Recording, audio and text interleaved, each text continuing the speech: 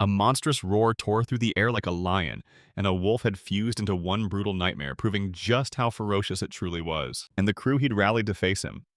They didn't flinch at what they saw. The monster wouldn't strike immediately, but trusting it to wait was playing with fire because his next hit could come fast. One teammate yelled for everyone to surge forward right now and strike first. No one hesitated, because every single person knew they had to do everything they could to win. A blast of fire erupted from the monster's mouth, roaring straight at the whole team because everyone could feel it coming. Sooner or later, it was going to strike and maim or even wipe out every last hero. One of the heroes started spinning his weapon like a blur, whipping up a wall of air that the flames couldn't break through. Then he shielded everyone nearby so not a single person got burned. That massive beast refused to quit, still blasting flames from its mouth, but no matter how it raged, the fire never singed a single hero because their comrades' rock-solid protection kept them safe. The man hoisted his hammer the second the blaze finally stopped, and when he was sure neither he nor his comrades were in danger. The hero even clocked it. His opponent was barely holding on because after that short, failed strike, the guy was already running out of strength. The man didn't even clock it as the flames licked his body. His clothes erupted into fire, and when he finally realized he was burning, he panicked and started kicking his leg hard to stamp it out before the fire could fully swallow him. One of the team members spotted what was happening to the man, sprinted in to help, and with a well-placed spell wiped out the whole problem fast, then stamped out the flames. The young man had short dark hair, big round glasses, and a face full of freckles while she gripped a book in one hand and launched a spell with the other. Then the young man demanded everyone leave the healing to him, so no one's eyes left the battle. That other girl slipped into the fight dressed in full black, a huge hat shadowing her face and a long staff gripped in her hand. Then she snapped out her spell, Ice Prison, freezing the chaos to help her comrades win the battle. The spell hit, and the very next second, a massive chunk of ice slammed into the monster's mouth. The girl froze the animal's flame into ice, leaving it totally rattled and absolutely furious. She wiped out her opponent, then hauled him in front of the rest of her squad right as the sorceress got hunted down by a warrior charging in with his black sword fully ready to strike. He sprinted straight in on the animal's muzzle, driving the decisive hit that finally ended the fight, though saving the team didn't make it any easier than it looked. The young man launched into the air and rained a kick on the monster's nose, sending its rage through the roof. He did all of it on purpose because he wanted to swing his magic blade and cut the whole fight down to nothing. That hit landed boom and the monster crumpled. The guy stayed ice calm, took down the massive beast, then just smiled and bragged that even someone built that big was still way too weak to stop him. After the warrior finally slipped back to the rest of the battle crew, someone shouted that he was at it again, rushing forward, sprinting ahead of everyone, and not once waiting for backup. Leonard was the one who snapped at the hero for cutting down the monster with his blade, and the dark-haired guy hated being talked down to, so he walked up and demanded that Leonard shut up. The armored blonde kid gave a smug chuckle, scratched the back of his head, and started loving every second of watching his buddy react to his words. And one of those present even called it out. Turns out the young, light-haired guy's team sank lower in the ranks, all because he was dragging his feet, while the dark-haired man's team climbed higher, even though both teams belonged to the same guild. Someone else said, "No rush, we're in this together." But the young man in the armor snapped back that all that mattered was one thing: the monster had to be dead, so there was zero point in arguing. The guy who just smashed that monster smirked, turned to his crew and said they should thank him for wiping out monsters that were way less valuable than the one he'd conquered. Fed up with pointless talk, the dark-haired man yanked the boy by his collar and barked that they had to get out right now. The kid with the staff from the other team couldn't stop staring, wondering if the boy had just been parked nearby the whole time, hiding behind a rock while the heroes fought until the armored guy snapped in fast and set the record straight. The young man snapped his head back and said, "The boy, though he looked useless at first, was actually packing the rare skill of experience distribution. The masked youth didn't get a single thing, so he grabbed his buddy and demanded an explanation, only to learn the kid had a skill that farmed experience even while the battlefield chaos raged on without him, while other heroes were stuck fighting." A young man in the armor weren't totally sure, but he had a strong hunch that this kid wasn't just tagging along with his team for nothing. After that, the whole team crammed into a tavern, laughing and cheering as they celebrated beating the great beast, and the man who brought the monster down lifted his mug high to toast every single person sitting right there with him. The man raised his toast and clinked glasses with his fellow comrades, cheering for Dawn and Glory's victory and success, while every single mug got filled. Then they all swore they'd drink every last drop to the bottom. Bonsa, a blonde warrior who always stood in front to take the enemy's worst hits, downed some alcohol and snapped that their guilt had turned viciously strong. Carl, the monk in huge round glasses, was patching up his comrades, and as he worked, he realized their team's power had seriously jumped. A young man urged the team to finally speak up Dorothy, a dark-haired sorceress, and she boldly declared that no guild could ever match what they were. A slammed his mug onto the table, and the Dawn of Glory guild boss shouted for everyone's attention. His comrades backed him up at once, saying their guild was the biggest and the toughest of them all. He snapped his head around when one teammate didn't show, asking where their boy had gone, and the kid with all that experience was off somewhere else on the street, while the rest of the crew cheered their shared win because he muttered under his breath, grumbling that he shouldn't have to do anyone else's job. Rushing past another alley where kids were darting around and workers were unloading crates, the young man stared at what he had in his hands and then it hit him. He'd forgotten something. As he passed another guy unloading boxes, the boy heard a voice behind him snap, saying the load was starting to topple, so the young man, refusing to abandon anyone, lunged his hand forward to steady it. The boy slammed the box steady just in time so it didn't crush the worker. And when the man saw he was finally out of danger, he shot him a grateful thanks like Field. When the man spotted the boy lugging those bags, he snapped, "Why are you getting shoved into someone else's job again? If this keeps happening, you'll never make it as a famous adventurer." Field didn't want to hear what he already knew. He was clearly stuck doing work he hated, so the young man bolted, leaving the worker by himself, and only at the end did he add, "I've got to run, I'm in a hurry." After sprinting a bit, the boy slammed on the brakes and gulped air because even if he wasn't truly rushing, he couldn't stay anywhere near that worker anymore. Glancing around, the young man spotted the tavern right there, practically next door, so the boy headed in, ready to ditch the pointless little errands for good. As Field stepped into the building, a whirl of nerves hit him. He knew he didn't want to stay in that room. The moment the door swung open, Claude snapped that Field was late. Staring at the boy, the man demanded why buying recovery potions took him forever. Yet Dorothy cut in before he could answer, saying it wasn't shocking at all since Field was only level 1. The sorceress snapped that even a tiny request for potions was too much for the boy. Then someone on the team rushed over and apologized to Field for dragging him around. Claude kept sliding his arm around the young man and wouldn't let up, demanding to know if he'd keep backing his team with his skills while the young man only thought his comrades should buy their own supplies instead of wasting time drinking in the tavern. The girl leaned in toward Field and pleaded, "Don't take it out on your comrades."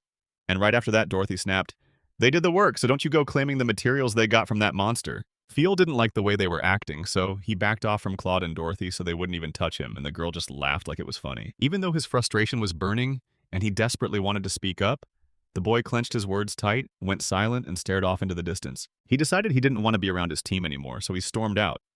Claude begged him to at least drink some water with everyone, but the young man shut him down, and when Dorothy complained that the field was painfully boring, he didn't even bother sticking around. The young man barely had a second to slip out of the tavern right when the guildmaster's voice cut through the noise and ordered him to stop. Claude didn't even glance at the field, he just shot his hand up, holding a paper, and declared there was a brand new task waiting for the boy. The man told the kid to read the note, and when one team wasn't doing its job, they slashed their payments a little. The boy didn't argue or refuse once he grabbed the note and bolted out into the rush. Nobody on the team wanted to take the field with them, so Dorothy shrugged it off and just said the boy had been a lifesaver because sharing experience was the kind of skill that kept the whole team winning. When you fought as a team in the field, the experience shot up like crazy, and the skills owner decided how that bonus EXP got split. Once again, the sorceress pointed out that with that skill, their guild Dawn of Glory had surged to the top, becoming one across the kingdom. And she even said their team's power should already carry them to the win. Then Bonsa and Carl smiled, and the sorceress's hunch was confirmed. While the team traded thoughts about their shared goal, Field slipped into the room first,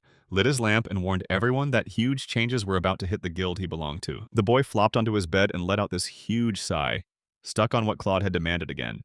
Then he snatched the note and started reading it. The field readout ordered him to dial down Maria the White Mage's experience, shave the warrior's experience a bit too, and tweak a few other actions as well. After years grinding for the Dawn of Glory Guild, he couldn't shake the brutal truth his level hadn't budged one bit. He usually hangs back in the rear, and every bit of experience he earns has to be split up by the ones who fight, because the only thing he's got is that experience-sharing talent, letting the whole team double their gains. While the young man swapped the guild's group indicators exactly like Claude told him, he even caught himself thinking, I don't even need a level.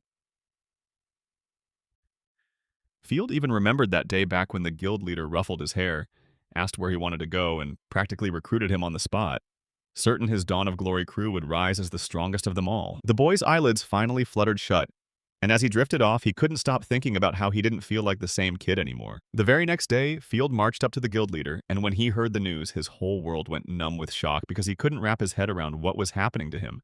Not even for a second. Claude stood beside his comrades, and every one of them had his guild leader's back, no questions asked. The man's face hardened as he kept saying, the one thing the boy couldn't wrap his head around, Claude decided that Field was done for good, and his guild didn't need it anymore. Claude said it again and slammed the truth down. They were kicking him out of the team for real. They thanked him for his effort, but that was it. They didn't need him anymore, and the boy still couldn't wrap his head around what was happening. The young man scrambled for excuses, claiming his level was still low, but he'd poured his heart into helping both the team and the whole guild grow then. Dorothy slid into the scene, approaching him step by step as she took her time. The girl jabbed her finger into the boy's chest and snapped that they didn't need his experience anymore, while the sorceress stared down at her old comrade, burning with the urge to tell him he was only needed to finish the goal. Bonsa backed up his comrades, saying they'd finally reached levels and skills no one could match.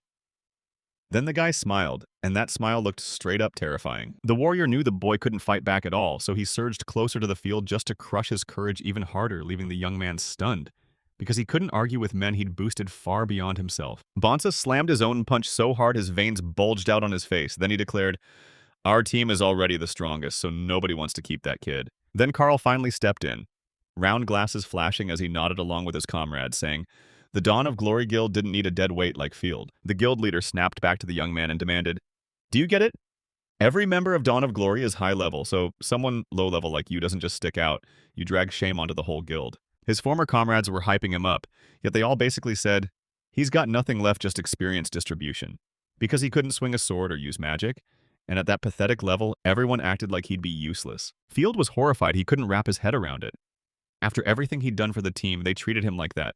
He always followed orders, never grabbed a thing for himself just to level up. Claude clocked the young man's panic and confusion, shot him an apology with zero hesitation, then told him straight every guild member had voted unanimously to kick Field out of the Dawn of Glory. The boy clutched his fear and hurried to the guildmaster, begging, "Will everything be okay, and are you going to demand anything from him?" Claude just didn't get what Field was supposed to mean. The young man lifted his head, asked again with total confidence, and made it clear he just wanted to leave. Then the boy pressed him hard to be sure there'd be zero danger, no persecution, nothing waiting for him. Everyone in the room stared at the young man, stunned. No one thought that this kid would speak up with that kind of confidence and not bolt off into the distance the moment fear hit. After a brief pause, the whole company burst into laughter, and Bonza leaned in close to that young man, grinning as she said, "Yeah, this is exactly what we meant." Then added that the better move would have been to drop the clarification and go straight somewhere, never to come back. Field shoved off his former comrade's taunts and silently pressed forward, closing in on the table where Claude sat because Bonte hated how that kid kept ignoring him. Field shot the guild leader a worried question if that boy walked out.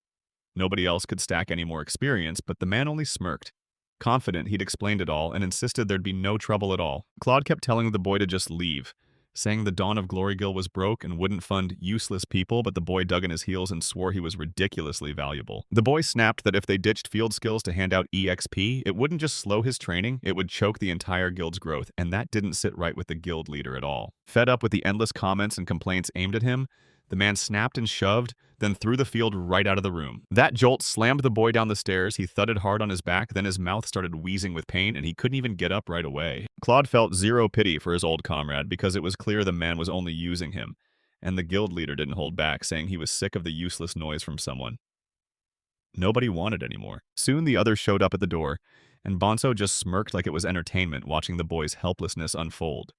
Dorothy followed suit, gloated loud, and even offered him a final little payout so he wouldn't starve to death. Field was even offered the old sword because it was the perfect pick for a brand new first-level adventurer. But his old comrades didn't care about the fields at all, they just loved watching him shake with nerves and fear, and even the sorceress urged the kid to beg once his money ran dry because she swore he'd be great at it. The boys sat there listening to Dorothy, and even they couldn't help feeling she was going too far, but Dorothy didn't back down for a second. She snapped back that she wasn't exaggerating, just speaking the truth because in her eyes he was completely useless. The boy couldn't stand it anymore. He was done swallowing every insult from his old comrade, sick of how people treated him, and exhausted from sacrificing himself just to be worth something to them. The boy snatched the old sword that someone tossed his way just to mess around, then Field planted it before him and finally said he'd cracked everything he needed to know a long time ago.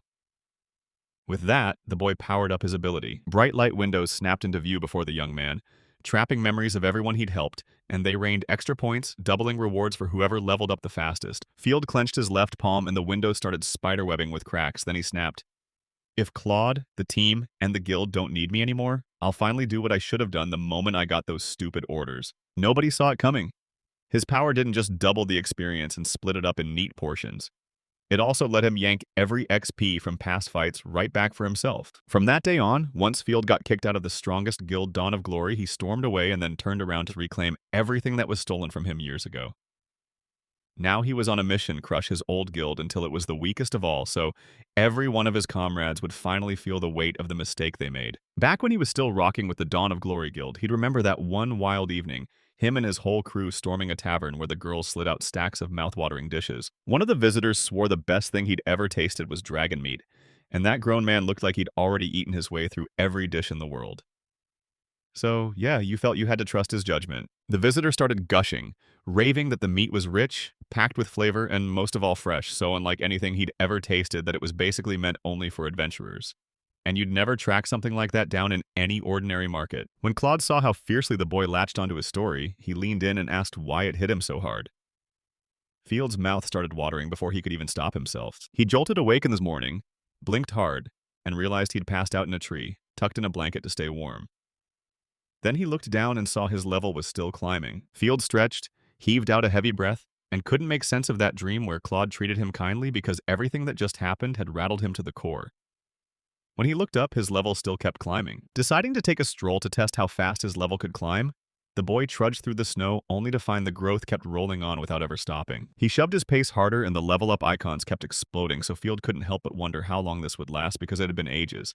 Yet the experience points just kept piling on and on. The boy sprinted ahead, replaying how he'd been feeding experience to every single guild member, so after all those relentless fights, he'd stockpiled a ton of it. Then he figured he'd stop watching his level and just wait for it to settle, and the whole field went dead still. The boy realized that it wasn't just experience he could earn. Those brutal upgrades his old comrades got might swing back to him too. And if that happens, he's staring at a win. He slid the table open and dropped all the details about himself, ready to find out his own traits and overall level. Then he read what was there, and Field's jaw practically hit the floor. His hands shook so hard from the gut punch shock that he couldn't even process what he was seeing with his own eyes. His status was worlds away from the way he was when he was still part of the guild. Even the royal guards didn't stand a chance compared to Field with his fresh stats, and he never expected that wiping out his old teammates would pour in so many experience points. So once he saw what he was capable of, that young guy realized his new power meant he could finally do the one thing he'd only ever dreamed about back in the Dawn of Glory Guild. As his level kept climbing, the boy started dreaming up what he'd do the moment he finally got strong. He believed he could chase the title of a knight, or if that didn't work, he could get rich and rise as a top-tier adventurer, because back then his weakness crushed every shot he had at a future like that. When he thought of Claude, it lit a fire in his chest. He swore he'd build his own guild, rise to the top like him, and gather brand new comrades along the way. With his level still climbing, Field made his move. He decided it was time to build his own guild. One that would never, ever be like Dawn of Glory, the place that treated him like trash. And that's not all. He couldn't shake the dream he'd just had, where an old man told him about a dish meant only for a strong adventurer. After he tore himself out of the forest, Field marched straight into the city, because he'd made up his mind he was going to get his hands on dragon meat as fast as humanly possible. Right when the boy stepped into the room, a girl at the counter grinned at the new arrival and greeted him, telling him the young man had ended up inside the Adventurers Guild of the Kingdom of Altia. After she learned this man's name was Field Alexoria, the girl leaned in and told him, "If you're in the guild for the first time, you've got to fill out the new member paperwork." That sweet girl asked the boy what job he wanted, and he grinned and said he'd love to take an order for dragons. Then everyone inside the guild started to eye their surroundings, uneasy and wary. The girl behind the counter froze at his request, then leaned in and asked again if she'd heard him right, because she never expected that boy to be hunting anything this dangerous and brutal. The boy blurted that he'd take the dragon's job because he was dying to taste its meat. Then a loud laugh cracked from someone standing right there, having heard every word. The scarred man blurted out a loud laugh because the short story the boy told hit him exactly right, and Field just stood there, totally thrown, not knowing whether to laugh, argue, or ask what kind of attitude that was. The man stared at the young one and said he'd been in the guild for ages and still couldn't handle that dragon, so there's no way Field, brand new like he is, could survive a job that deadly. That man refused to let the boy stand there alone and demanded he show off his strength until the girl shot back that brawling is banned inside the guild. And the young man quickly backed off too, not looking to stir up any trouble or clash with anyone. It turns out this man was stacked bigger than the boy by a mile. Then the adult swings the odds in his favor, proving he's way stronger, and wipes out Field before the dragon even gets its chance. That man goaded the boy, pushing him to show what he could do, like the Field was daring him to fail because he clearly believed no one could resist him. And before the boy could even react, the adult lunged to prove himself, right at the boy's expense. The old man swung in anger and the Field managed to dodge, but the boy still couldn't believe it. Because the old man was so dead serious, he actually kicked off a real fight. And the young man was shocked too, because his words about wanting to defeat the dragon hit everyone like a thunderclap. The other guild members leaned in, buzzing with excitement, even urging him to end it fast just to prove the boy had misread his power, until the girl behind the counter snapped, "Stop!" Fighting was outlawed inside the guild, so the girl blurted out for everyone to stand down because going after a brand new member like that was just plain wrong. The man told the administrator, "Don't worry, I'm only here to teach the kid a lesson, not to seriously go at him." And while the old man was hurling punches, Field slipped and dodged like a pro, which really started to grate on the adults. The man also leaned in and told the boy, "Dragons hit harder, move faster so you can't just slip away and dodge every blow." Field just held his breath for the perfect moment until his opponent fully bought the idea that a kid with power like that could actually beat someone serious, let alone a dragon. A few seconds later, the last thing anyone expected happened. The boy shot forward, grabbed the man, and with one brutal jerk dropped him flat, stealing every chance to strike back or even scramble back up. Everyone there snapped open their mouths in shock, totally speechless, because the man standing in front of them looked far tougher and more seasoned than the young guy they'd first seen. So nobody could bring themselves to believe that boy was really that strong. After a quick pause, the crowd erupted into frantic talk about what just happened. Some couldn't even trust their own eyes, and they started grilling the people closest to the opponents. Field didn't want to throw hands, so after it was all over, he slung his hand on the man's shoulder and tried to explain, but the grown man couldn't make sense of what hit him or why he was sprawled on the floor. The boy leaned in toward his seated opponent and blurted out an apology, admitting he'd totally blindsided him, and the young man's confidence suddenly wobbled. He started to look worried and asked the old man if he was really okay, offering to help if he needed it. The girl behind the counter snapped her eyes wide open, and for the life of her she couldn't find a single word because she would have never believed a fresh guild member could wipe the floor with a seasoned adventurer that easily. The administrator couldn't wrap her head around it because the field looked to her like a mere child. But then a young man's voice snapped her right back to reality. The boy bowed hard and apologized to the girl for tearing up the guild hall, and the young man jumped in too, bowing and apologizing for every bit of trouble he'd caused. After that apology, the boy hauled himself back in and asked the administrator again what he'd said earlier, and the girl froze because what just happened left her struggling to snap back to reality. After a while, the administrator blew out a tired breath, snapped her focus back to work, and remembered the boy's earlier request. He'd wanted a task that would put her face to face with a dragon. The girl behind the counter snapped back that the guild had just gotten a fresh report. Dragons could be lurking way up north, beyond the royal capital, in the Nautilus Mountains. While the administrator grilled the boy with the details he wanted, everyone in the room stared at him like he was the main event, and right beside it, the girl kept going, talking about how tons of caravans were rolling along the road toward the Nautilus Mountains. He grabbed the info he'd been hunting for, bolted out of the guild, and didn't even pause. His whole focus was finding Dragons. Field thanked the administrator, then told the shocked girl he was heading straight for the Nautilus Mountains. The girl spun toward him, shouted that going there alone was suicide because even with a whole party of adventurers, one dragon can still overwhelm you. The administrator never got a word in before she could warn him off.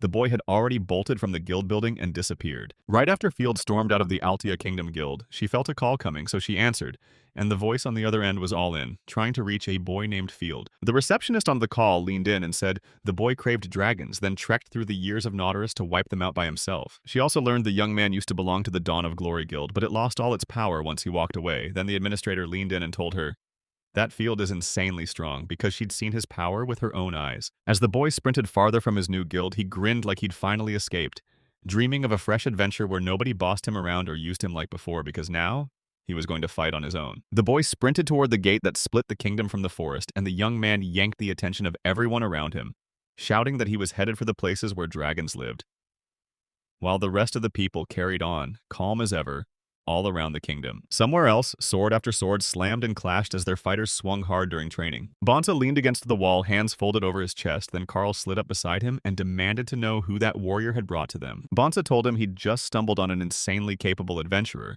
then leaned toward the warrior girl and asked the monk what he thought, especially watching how she fought. She didn't even seem to break a sweat fighting, so when the guy tried to keep up, he couldn't take it anymore and dropped to the floor, flat out admitting defeat. A blonde girl in a robe clutched a book in one hand and the hilt of a weapon in the other.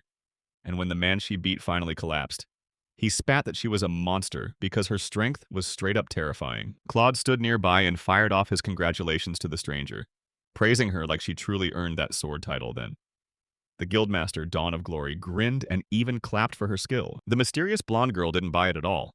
Those compliments didn't sit well, so she muttered a plain, "Thanks," and then went dead silent. Claude didn't seem to expect anything from the girl, so he didn't push for more, just kept that small, sly smile on his face, while one guy on the team simmered with irritation, like the situation was driving him up the wall. Dorothy chewed her nails to the bone, snapping at Claude, demanding to know if he was exaggerating the new girl's achievements because the moment the sorceress saw him play prince to her like she was royalty for having just a few tricks, she seethed. Even though the dark-haired girl was furious and fed up, The light-haired girl snapped back with action, proving she could fight and that she was a true elite warrior. The girl in the hooded cloak yanked the sword back up and charged the man who'd already beaten her once, and when she swung, she started tallying every moment her blade could have ended him. She swung again and surged forward, launching a confident strike at the man who barely managed to dodge at the last second. Rage boiled in his veins, but his stamina finally ran out, so instead of dodging everything, he scrambled backward as the girl closed in and slashed him with her sword. After the 5th try, the girl snapped her blade toward the man sprawled on the ground and warned him he'd already be dead 5 times over if this were a real fight. The girl clocked it instantly. His defense was full of giant holes, that's why her hits kept landing.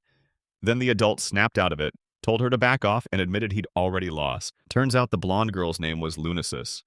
And Claude clapped his hands again, admitting that even he'd struggle to match someone that skilled and talented. Lunasis didn't buy the praise for a second. She looked unimpressed, like it grated her that she was actually that good with a sword. This didn't light a fire in Claude at all, nah. It was the guy who'd been beaten again and again who snapped, hating that a younger girl had defeated him and refusing to let her look down on him. Luna still had her back turned when the man lunged in and swung a sword at her, but she had already clocked the move, so she snapped to action before the blade even landed. She slammed her book shut, something she never left behind, even when blades flew and Luna casually tossed it aside to prove she was totally unbothered, even as an attack crashed down on her from behind. Carl caught the scene and went, "Man, when women snap, it's terrifying." Bonsa snapped back that her rival had nobody to blame but himself. He couldn't swallow defeat. Then the warrior leaned in and added that beauties like that only care about number 1.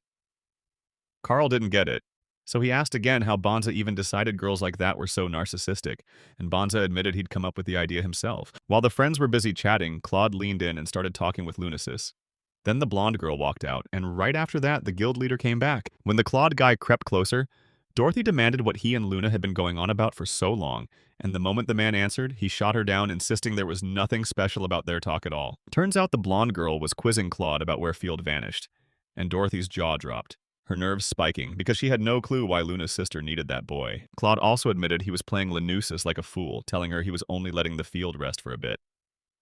Yet she's not buying it. She insists she wants to talk to the boy and meet him soon. The blonde girl couldn't wait to meet the one with the skills experience distribution, so after the guild leader spoke, Dorothy swore they never expected Lunasis to agree to come to them just to see that Field. The sorceress warned that this excuse wouldn't hold for long, then demanded what they'd do next, only for Claude to snap back that there was nothing they could do. The guild leader promised he'd pay the Field if they returned the sword they'd handed him because it was sacred, and getting it back meant they might have to do more than just ask. Dorothy dug in her heels and snapped that they shouldn't fix anything just because of some boy.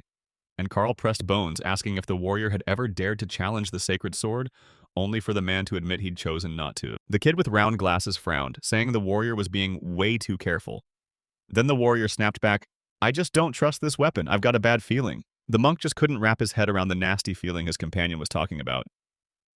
Bonsa snapped that it was like their bodies were slowly bleeding their edge and everything. The warrior admitted that the gear he always wore suddenly felt heavier than ever. Then Carl cut him off mid-sentence, begging to end it because a message just came in. The moment the monk saw what he'd been warned about, he snapped his head up and blurted out to Dorothy and Claude, still locked in their conversation. Once the couple spun around, the monk pointed at the kid with the round glasses and told them he was probably headed straight for the northern mountains. Carl also said it looked like he'd grabbed the quest by himself and was riding straight to Nautilus alone, and the guild leader couldn't understand it.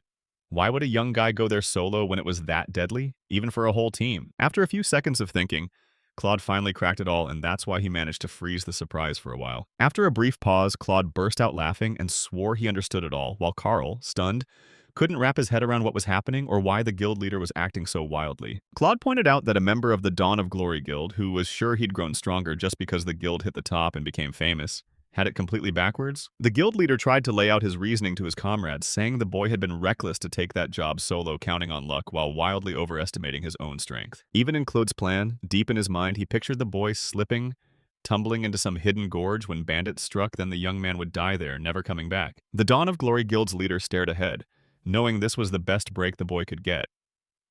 Then Dorothy burst out laughing, because this was it.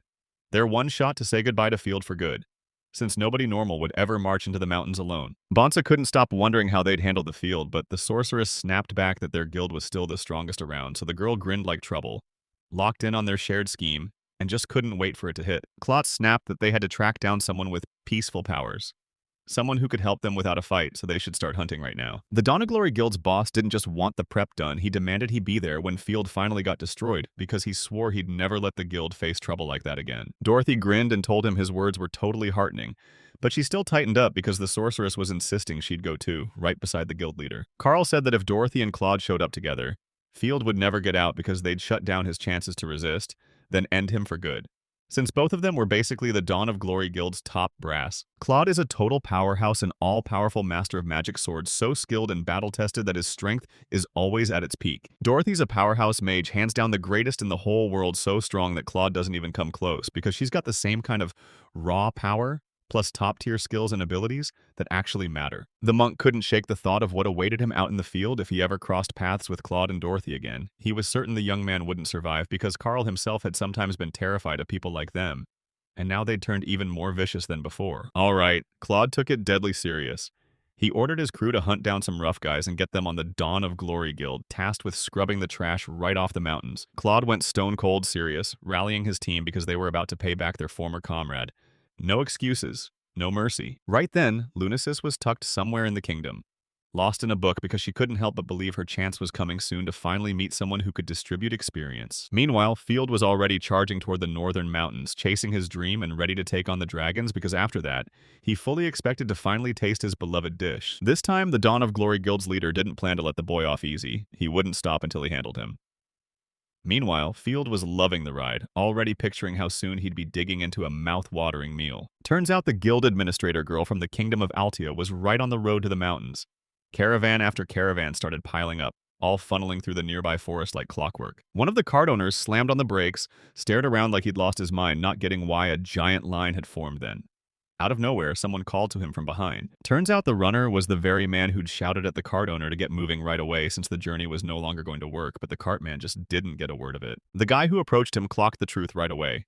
This man had no clue, so he leaned in and warned him that the valley route was a dead end through the northern forest because nearer the mountains a dragon had shown up and was roaming wild. The caravan's owner snapped into panic, wiping sweat off his brow as he stared at the approaching man's words because what he was hearing sounded like a disaster, and all those goods had to reach the valley. If the caravan couldn't take the usual road, they'd be forced to stretch their route, adding 3 to 4 brutal days because this was the only path that could still get them straight to the mountain range. The tall man snapped that it wasn't worth the gamble, and when the workers heard they'd be stuck waiting, they blew up so they agreed to leave some food behind to lure the dragon away and buy them enough time to escape. One of the men swore he'd already contacted the guild, but they wouldn't tell him when help was actually coming.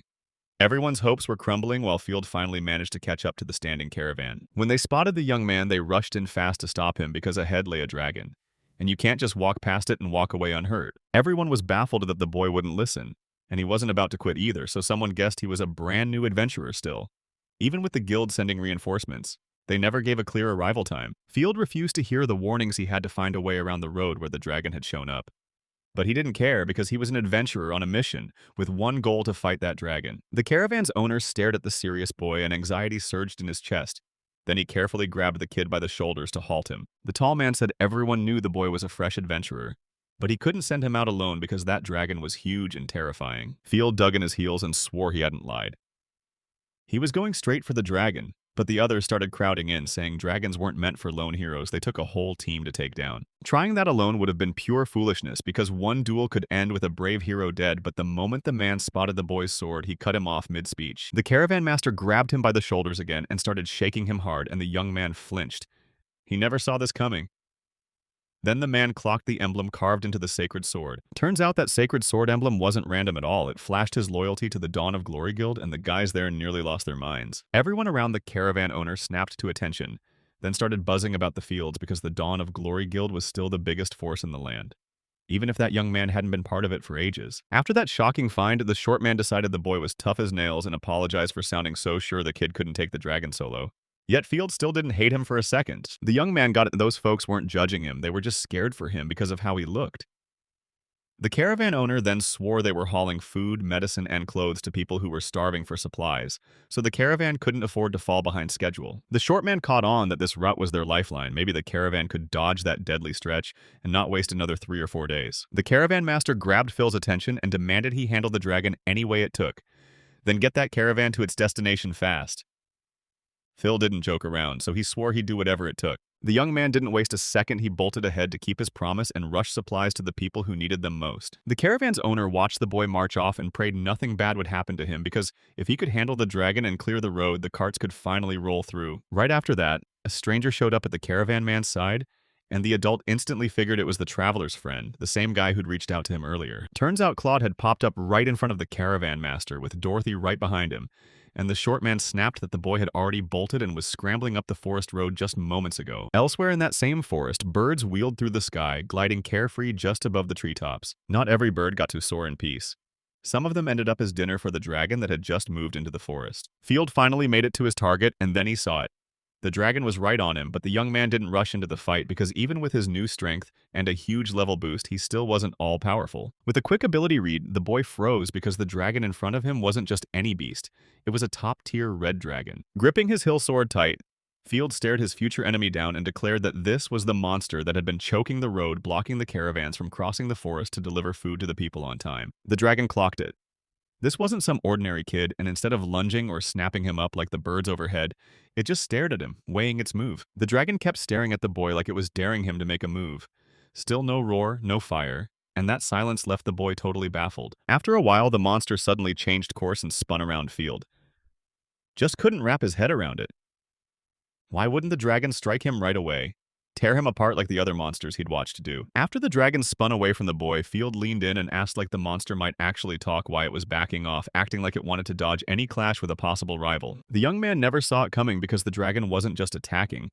It was setting up its tail on purpose, and Field only realized too late, when the strike was already impossible to dodge. The monster's impact slammed into the tree the boy was standing beside, blasting the trunk apart into jagged chunks that tore through the air in every direction. With the strike landing, the dragon flexed his true power in full view, refusing to back off as the fearless fighter came straight at him to battle. When the boy praised the monster's strength and power, the monster whipped around, stared straight at the Field, and saw that he was completely unharmed. All that guy got was a tiny bruise because he'd been slammed into the same tree again, the one that's nothing but a stump now, so Field rubbed the back of his head and said that the stump had taken the hit and saved him. Right after that, the dragon whipped its tail into another tree, and boom, down it went too. Bursting into splinters, the monster's rage only spiked as it bore into the boy and growled, its roar so terrifying it shook him to the core. The whole field felt tense. He knew that monster was toying with him at first, but now it had gone deadly serious. The dragon's roar hammered the air so hard that the young man's fingers went numb from the strain because this was the field's first battle and he had to face it all by himself. The dragon cut off at his roar for a breath, and the boy swallowed hard, knowing his first battle had been brutal because his opponent had rattled him to the very depths of his soul. After a quick pause, the monster snapped back into ferocity, flung its mouth wide, and blasted a massive wave of fire that swallowed a huge stretch of the battlefield. The flames got aimed straight at the boy, scorching the tree stump while the kid vanished from where he'd been standing. When the flames finally simmered down, the monster stared at the burning stump and found nothing of the man it had just attacked. Field slipped behind the dragon and blurted that he couldn't believe how weird his enemy acted. When the man's voice snapped behind him, the monster didn't even hesitate. It spun around and lashed out with its tail again, so fast the boy couldn't dodge in time. Even the young man had braced for the dragon's lunge. He snapped out of the way like a pro, dodging just enough so the tail never clipped him. And as he did, Field barked that he'd seen this exact move from him already, so there was no way any of it could still surprise him. The monster realized his plan wasn't working, and anger crept in fast. Meanwhile, the dragon realized his tail alone couldn't beat the boy, so the kid adapted in a heartbeat and turned the whole fight around. After choosing a new tactic, the dragon snapped around and lunged at the boy with the rest of its body, only to get stopped by the dust swarming around him, like the boy vanished in the chaos. The monster quit flicking its tail and sprinted straight ahead, smashing forward with its paws to snatch its prey and finally shut down its desperate escape and resistance. The dragon strode forward with total confidence, refusing to stop. Yet he didn't realize his brute strength wasn't magic, because his massive size let the enemy slip around and dodge every hit with ease. With a savage front paw strike, the dragon slammed the ground right where the boy stood, but it never saw the catch coming. The boy's reaction was way better than the monster's. When the dragon realized his paw hit nothing, he heard a roar from above and snapped his muzzle upward because something was streaking in fast from the sky. Field didn't just fall, he vaulted upward on purpose, using the drop to ambush the dragon, and the young man nailed the timing, gripping his sword tight as he sliced into the dragon's neck and slammed it to the ground. He poured everything into landing that hit, but the dragon's scales were like armor made of stone just for a second. Dread struck, and he feared he'd never bring it down fast enough. Fielder claimed the blade he gripped in his hands was so razor-sharp it could punch straight through the monster's skin. For a few tense seconds, Field even wondered if his own brutal force might crack the sword, then memories of the past hit him. But the moment passed fast because all he cared about was one thing. Bring down the dragon. Field shoved every doubt aside, gripped his sword even tighter, and charged toward the monster he came for because he had to keep his promise to the caravan master and help the people who were starving for provisions. The dragon couldn't hold back any longer, and after a while he finally quit trying to shove the life out of him. Then the young man slid off his back and started forcing his breathing back into rhythm while the boy's cheeks went blazing red with pure excitement. The young man burst with joy because he crushed a fearsome opponent all by himself, and Field leapt up, cheering like he'd just won the whole world. Later, the boy finally stopped and kept shouting the same words he'd done it. He'd finished the task over and over, while Field's hands trembled with pure pride and adrenaline. And the young man stared at the monster's corpse, still refusing to believe it was really over. He also realized that even a single dragon still meant a mountain of meat he'd been dying to taste, and when he looked down, he spotted the red blood he'd splashed right under his feet. Staring at the defeated monster's body, the young man's mind raced. What if he could drink the dragon's blood, but he couldn't decide should he do it right here or waste no time and take it immediately? Just as the boy's idyll of happiness was settling in, a voice cut in calling him out by name from the field, and he instantly clocked who it was, so his courage flickered into wary intensity. Close by, his old comrades waited in the field, ready to end him. And when the silence barely paused, Claude cut in with a grin and said, "Man, it's been forever since we last saw each other." The Dawn of Glory Guild's boss demanded to know if the kid missed him. And when Claude was slammed with pure irritation, he doubled down by keeping the caravan master hostage until the man started to struggle for every breath. Field realized it wasn't just the one who clawed his way back to see him, Dorothy. The sorceress who used to laugh at the boy when he first left the guild showed up too. He couldn't wrap his head around it why his old comrades, the same ones who'd kicked him out, were suddenly calling for a meeting with him until the girl cut in and blurted that their brand new sacred sword was hunting for Field, so they had no choice but to meet fast. The sorceress grinned and told the young man to come back with him right now voluntarily, so trouble could be dodged, but Field refused. Rage boiled in the boy's chest as he remembered how the people ahead of him had treated him. But Claude had seen this coming. He dragged his sword up to the man's neck and made it clear what would happen if he didn't back off. The Dawn of Glory Guild's leader leaned in, dropped his voice, and hissed that Claude needed to listen carefully because he was determined to pull off a favor that could save everyone at the caravan. The dark-haired man warned that if the boy wouldn't come with them, a swarm of monsters would rip through everyone in the forest, and then he swore they'd finish the job the boy was supposed to take instead of him. Only after Claude finished every word did the boy finally clock it. The Dawn of Glory Guild's leader really had taken hostages. Dorothy whirled behind him and spotted something huge sprawled right beside the boy. The sorceress leaned in for a closer look and demanded Claude confirm, for real, that the busted red dragon was actually lying there in the field. When the dark-haired man stared at the monster's corpse, he paused just long enough to think. Then he shrugged and said he was certain someone else had already cut down the dragon, and that the boy had only stumbled into the right place at the right time. Then the Dawn of Glory Guild's leader snapped back to the boy and declared his adventure over, so Claude had to fight his way out. He slammed his sword into the ground and unleashed burning ground, scorching forward like a blazing strike. Right after he activated the skill, the dark-haired man suddenly felt his sword weigh 1,000 times more than before. Claude's face went blank because he had no idea what was happening, and terror crashed in as he realized his own strength was draining away. Dorothy looked on, baffled, because Claude's whole situation went sideways. He swore he couldn't draw the sword, and it wasn't just heavier now. His magic had shifted so hard it didn't feel like his anymore. The sorceress didn't hesitate. She thrust her staff straight at the boy while the girl's rage flared because nothing was going according to the plan she'd pictured in her head. Dorothy unleashed her ice hell power and zeroed in on one truth: she could pull off what her comrade couldn't. After she fired her ability at the young man, it didn't work the way she wanted because instead of doing damage, it just chilled him down and he actually enjoyed that icy freshness on his skin. Field said he even loved what Dorothy pulled off, but the girl, just like Claude, was absolutely horrified because she couldn't wrap her head around the fact that her freezing power was nothing like it used to be. The sorceress's hands shook with terror. She couldn't accept that her skill had slipped so far it was being measured against beginner sorcerers and their cheap, cold magic. The hired thug holding civilians hostage suddenly panicked and crept up to the Dawn of Glory Guild's leader to find out what was going on, because everything about the plan was totally different. While the hired man kept the tied-up man locked in place, Field slipped in from behind and smashed the blonde man only for the guy to snap. That nobody warned him about those nasty surprise moments. The boy yanked his hands up and snapped that the man was totally careless. He didn't even feel someone creeping up behind him, and the young guy didn't waste a second, going straight for making the enemy harmless. Field fumed that Claude would actually drag strangers into the guild to help him hunt things down, and later, he even threatened a kid who got kicked out of the team for good. Once the stranger was done, the boy finally snapped his eyes to the guild master he used to serve and demanded answers. What did all those cryptic words and moves mean? And why was Claude hunting that young man, even pushing him to come back or die right there? Gil, the head of the Dawn of Glory, didn't even bother answering a word Claude asked because that dark-haired prick was furious at everything tied to the field.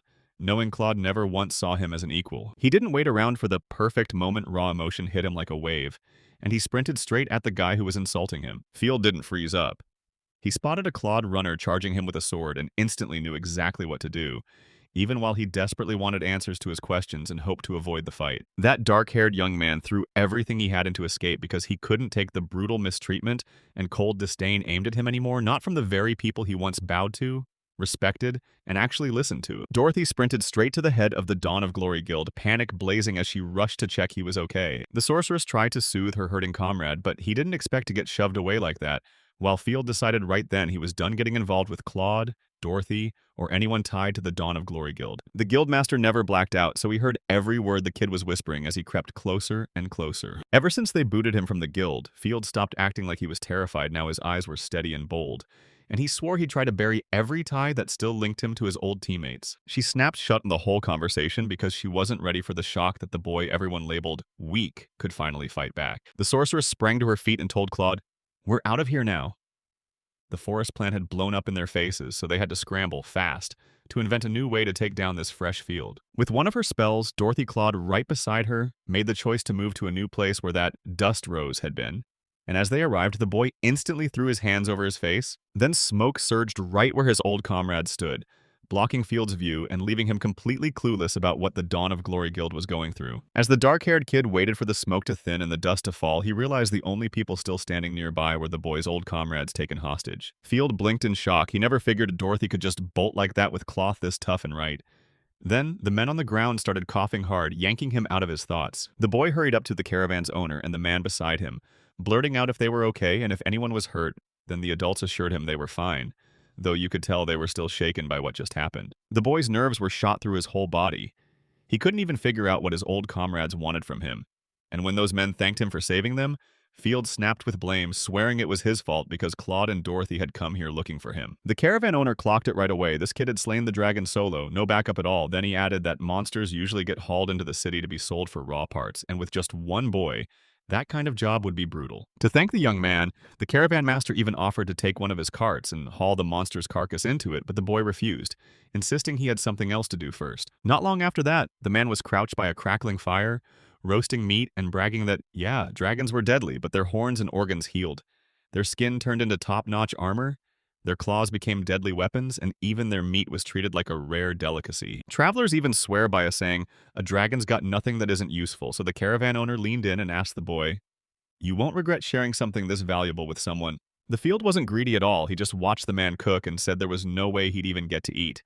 And he pointed out the caravan master had already helped split the leftovers from the carcass. Field could barely hold himself back. He was finally about to try the dragon kebab he'd been dreaming about for ages. After a while, he cooked it with a mix of spices so good he swore they were the best you could find anywhere around here. The boy didn't even wait for the meat to cool. He started tearing off bites right away, and that delicious aroma burst out, making everyone's hunger spike even higher. The meat was cooked to perfection.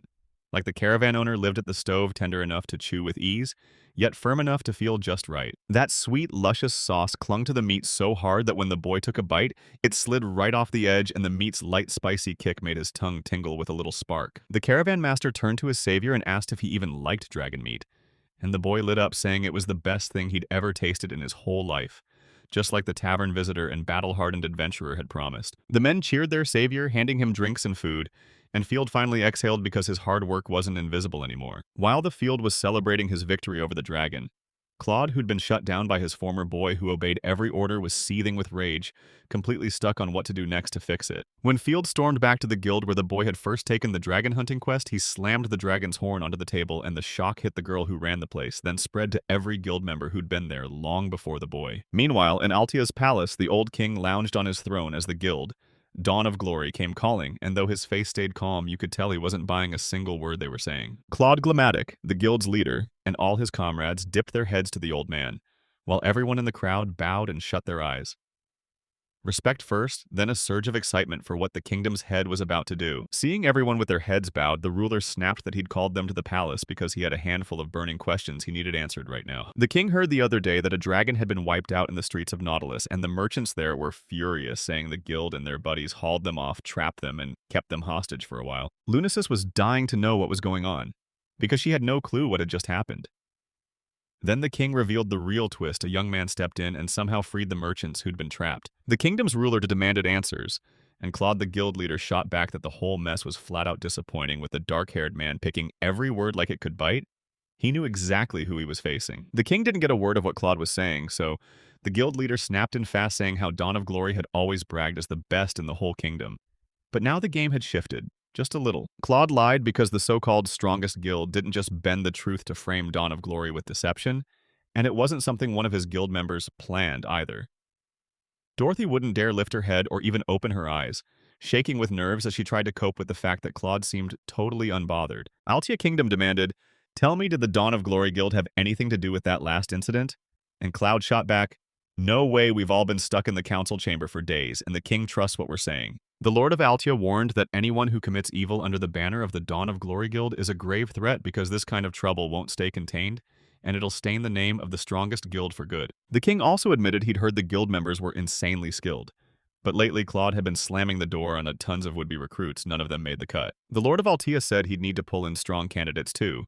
But Claude, as guild leader, had to keep caring for the people already inside because that job mattered just as much. The king warned that if anyone ever brushed off old tragedies, ignored care, or let overconfidence take over, it could spell total doom for the guild, so you'd better never forget what you're responsible for. The king stared down everyone who had bowed, then snapped that it should be crystal clear close the mess from that nasty incident right now before it leaks to the public. The Overlord also promised that the guild would hear about anything that could shake Kingdom's reputation the moment it broke, so everyone better stay sharp and keep their guard up. Seeing everyone lean in and listen, the king declared they were all free to go. Claude bowed before anyone left and promised the Lord their loyalty would never waver. The dark-haired man snapped his eyes shut, swallowing his irritation, because the leader of Dawn of Glory Guild truly believed the king's scolding was the worst humiliation one he and his comrades had to endure over what happened in the field. While Claude fumed at the boy in his head, Lunasis brushed it off with one hard truth: a lowly first-level traveler could never take down a dragon alone because that's just impossible. The girl didn't buy it for a second.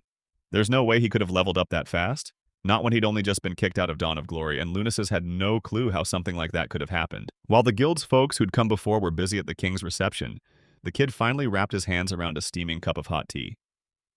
Something he used to want but could never afford, since he had zero money and not a single coin saved. Field gripped the mug with care and let out a shaky breath, because this whole new pastime was still foreign to him. He never in a million years expected the Red Dragon's defeat to earn him a reward of 100 gold coins.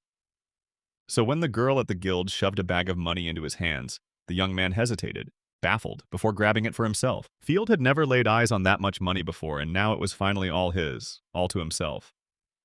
So the guy slipped into an empty cafe alone with the silence just to savor the moment. As the boy spun around, he spotted earrings and other glittering jewelry studded with precious stones sitting on the display case. Turns out this whole room was owned by the caravan's master. Field never expected his latest rescue would be this lucky. He'd saved a top-tier merchant stacked with treasures, from sparkling jewelry to healing medicines and deadly weapons. That short man was wildly modest. He strode up to the boy with a zeal so intense it barely matched what the young man had even imagined. He called the caravan's owner, Mr. Gonzalez, then admitted it plainly he wasn't there for trouble. He was just handing the kid some snacks for tea. Field tried to duck out, blurting that he only wanted tea and refused to eat, but the man paused because he'd invited Field over just to thank him, so he pushed harder and insisted the kid take something. The moment the young man finally took a bite of what Mr. Gonzalez handed him, he froze. Those cakes were ridiculously delicious. Yet while everyone was busy chatting, nobody saw the tall man slip into the room. That grown man quickly apologized for barging into someone else's chat, then blurted out why he was here. He'd been told a traveler named Field Electria was in town. The second the young man heard his name, he whipped around, wiping crumbs off his mouth, and the stranger said, "Yeah, I'm the one you're after." Only for the young man to stare in confusion like, "Wait, why?" The grown man bowed, and the boy shot up from the table right away. The stranger hurriedly apologized for being rude, then revealed he was royal guard sent here because the king wanted to meet him. The man pressed his hand to his chest and said he'd also heard this field got a reward for slaying the dragon that tore into the northern mountains. Then the young man's nerves kicked in. The young man tried to tell everyone he'd already grabbed his guild reward, so he needed nothing else, but Mr. Gonzalez clamped a hand over his mouth and ripped the interruption right out of him. The man closed in on the boy and hissed that there was no way he could refuse the king's reward because the court would see it as open disrespect toward his majesty. The royal guard's eyes watched right in front of him, the owner of the room and the boy he had to invite to the palace, chatting like nothing could stop them. Once the tall man's patience started to snap, he locked eyes with the people right in front of him. Mr. Gonzalez clapped his rescuer on the shoulder like, "Go on, do it." Without a second thought, Field swallowed his pride accepted the invitation right then, and bolted straight for the palace. The king's building was so breathtaking that the moment you laid eyes on it, you immediately knew whose it was and why it existed. It towered with tons of towers and rooms, all of it screaming fortress. It hadn't been long since the royal guard member tracked down Field Electricia, and he dragged the man straight to see the king then. At the towering gates where the knight stood, the boy hesitated for a heartbeat. He had no clue how to act right, because he never imagined the ruler of Altia would actually call him in personally to talk about the feat he'd pulled off on his own. Right beside the king stood his advisor and personal knight, fully guarding his highness, while a royal guard stationed next to the boy opposite the throne reported that he'd followed the king's order and brought the exact person the palace needed. A tall man brought Field Electricia straight to Altia's ruler, even though the king already knew the name of the one he'd been dying to meet, and his calm gaze locked onto the young man standing right in front of him. The king's gaze drilled straight through everyone like he could spot things no one else even noticed, and standing there felt terrifying because with one single order, his power could reshape everything. A hard stare pinned him in place and the young man's whole body tensed. His hands trembled. A few beads of sweat slipped down his face, and the royal guards beside him stood stone still, silent as they waited for his majesty to move. To the boy's shock, the king didn't bear a shred of aggression.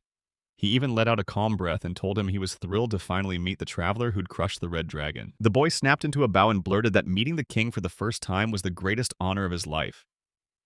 Yet the king cut in, ordered him to drop all that formality, and drove the point home again that the Field had just slain the red dragon. Field dropped to one knee as the king thanked the new hero, praising him for saving the kingdom from a monster even battle-hardened adventurers couldn't handle yet. The boy couldn't wrap his head around the non-stop celebration, because to him, it was just one dragon. Field's only thought was how badly he wanted to sink his teeth into some juicy meat, while the king told his subordinate to reward the boy first and then keep talking to him. The monocled man closed in on the boy and shoved a tray into his hands. Another bag of gold clinking loud as could be? Field stared in disbelief, because accepting a reward like this felt insane, especially when it came straight from the king himself. But then he saw it. The pile was overflowing with coins. Field had never seen money like this in his life. So when it all landed in his hands, he panicked and told them he couldn't take it. It was way too much.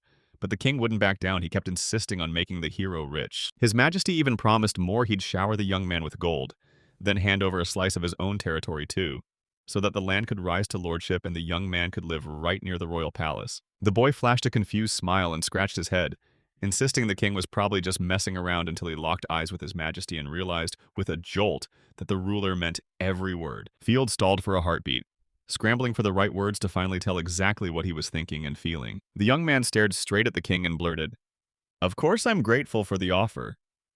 Then he added, grim and honest, "Even if I somehow get the territory, I'm too inexperienced to run it right." He leaned into the idea and said he'd rather roam the world than cling to a single patch of land. He wanted to see it all firsthand and earn the kind of experience you only get from real adventures. The king gave a small smile, breathed out like he truly understood the boy's pain, yet regret still clawed at him because he couldn't keep the kid close to the palace. Still chuckling, his majesty told the young man he just wanted bigger territory than the king had offered, and Field was left staring blankly, only managing to say the ruler had been far too kind and generous. The king also said, "If you need help, come ask me with your whole chest." And that promise became his second reward after he not only crushed the dragon, but also saved the entire kingdom. So Field bowed and thanked the king. When the talk finally ended, the king grinned and promised he was counting down to the next meeting with the boy. Then he snapped orders, have the captain escort the kid straight to the gate, and the royal guard took off with him right away. The king was fuming. He couldn't keep the young man beside him, the one who could hand out experience like it was nothing. But he knew he couldn't drag the kid into his kingdom by force. As he drifted farther from the royal palace, Field couldn't shake the tremor in his body from the fact that he'd just spoken to the king face to face. Field couldn't explain it, but to him, his majesty felt like a sly old wolf then again. That's probably what you should expect when the most powerful man in the kingdom is watching. With a bag stuffed full of money in his hands, the boy couldn't wrap his head around how he'd racked up all those awards, because back then, he'd never even dared to dream that one single feat could earn him so many gold coins. The young man realized that with the guild reward and the king's prize, he could grab literally anything he wanted. But the real problem was he had no clue what he actually wanted or what he'd spend all that money on. Now he finally replayed that moment when the boy asked him for the dragon quest, and it hit him hard. He needed the right gear, or everyone would doubt he was a real traveler. While Field was mulling over what to buy, he decided to hit up Mr. Gonzalez first. Meanwhile, Lunasis was strolling down the street and spotted the man she'd been craving to meet for ages. The girl sprinted up to him to stop him, but Field was busy thinking about grabbing food, so he didn't even catch the distant call for a moment. When she finally got close, the girl lunged her hand forward to grab the young man while Field, staring at the stranger in front of him, froze in total confusion. Lunasis blushed hard because she'd dreamed of meeting Field, someone who still didn't know her yet, and now she was ready to do everything to change that. A blonde girl grins, then belts out a joyful cry as she clings to Field's neck, shouting his name like she already knows him while Field freezes. Stunned out of his mind, completely clueless about what's happening, she clings to Field with all her strength, grinning and chattering like nothing else matters. Then she finally admits she can't believe it's really him, saying she's been dying to meet him for ages. Field can barely breathe now, his chest pinned hard against hers. The girl keeps talking without a break, swearing she waited for him for ages. Then she claims she grilled the guild folk about where he went, and everyone just said he was taking a rest. Field finally erupts in anger, shouting that people are already staring at them. But the girl doesn't listen. This time she keeps squeezing him and blurts that she did all this just to see him in the field. Field is totally baffled, still clueless about what's happening and who this loud, relentless girl even is. She finally lets him go but won't step away. She stays right beside him, arms stretched out toward his, grinning like the world just got brighter, looking gorgeous in her adventurer's outfit, and telling Field how insanely happy she is that they finally met. Field finally stared her down properly, then hesitated, cheeks burning before asking, in a sheepish little voice, if the girl in front of him just so happened to be named Rusinus. She confirms it can say Rusinus, plain and true, and admits she used to be an adventurer. Then she tells Mr. Field, just call me Rusinus. But Field's like, I've never seen you in my life. And now Kenzie Rakanas is beaming, saying she's always admired him until his mind snaps to it, and he realizes she's gotten way too close, and yep, it's embarrassing him again. Rusinus keeps chirping, loud and proud, that doing everything for your guild is exactly what self-sacrifice is, and in her eyes, that's practically god level. After all, not everyone has the guts to pull off an act that huge. Rosina keeps yelling that she understands everything, insisting that even if his talent hides in the shadows, she's always known what that Field's contribution means, and then she barrels in to hug him again. He struggles to pull away, but everyone around them is watching. Rusinus started squeezing the Field again, this time right on her cheeks. The Field blurts her name over and over, and even while she keeps grinning, she asks what's wrong. He panics, blurting out why he called her master. He tells Rusinus, I get it, you're burning to meet me. But then he slams the brakes. He's already wrapped up that guild, and he's genuinely sorry. Rusinus is stunned by the reply. She didn't expect that at all, and her tone turns to shock as she demands to know why it all happened. For a while, the Field goes dead silent, mulling over what he should tell Rusinus after her totally innocent question about why he's leaving the Dawn of Glory Guild. Finally, he decides to speak up, but it wasn't his choice to leave the guild. The situation slammed him into it. He's already got enough experience now, so from here on out, he'll handle it alone. And that's what makes Rusinus choke on it. It feels cruel. Field relives the brutal moment he got tossed out of the Dawn of Glory Guild and the cold way his own former guildmates kicked him to the curb, calling him unnecessary and useless. Field winces because he can't forget it back when he still wore the guild's badge.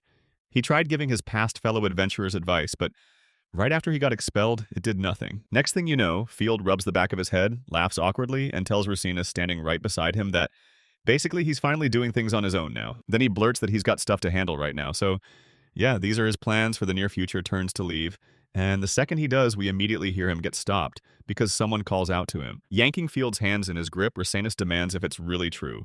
He's dead set on never joining another guild again.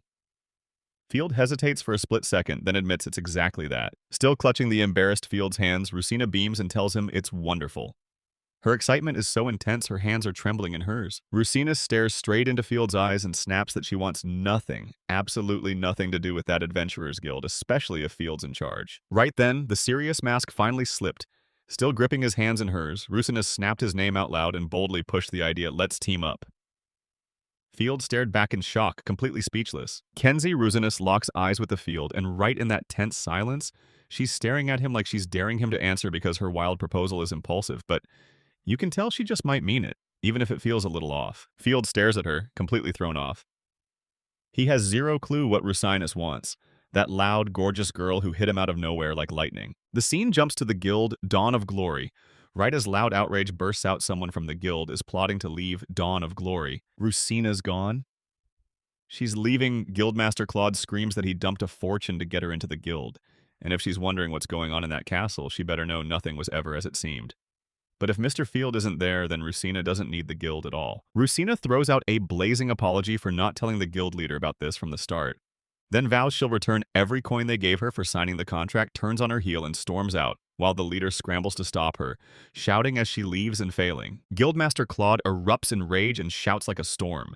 Slamming his fist hard into the table, Racinus' escape hits him so badly it leaves him fuming. Guildmaster Claw has no clue what Mr. Field is even talking about because his prized adventurer, Resinus Kenze, just stormed out of their legendary guild over some brat with zero special abilities. Guildmaster Claude can't wrap his head around it. He thought the boy field was just a handy booster for everything they'd already been experiencing. So why would this happen? Then Moncaro storms into the room, shouting for Claude's head like the situation is already on fire. Monk Carl barks a warning at him about the Dawn of Glory Guild. Turns out something's going down downstairs with the rest of the crew, and Guildmaster Claude explodes. "Are we getting trouble again?" One guild member leans in and asks, "What do you mean you're not going?"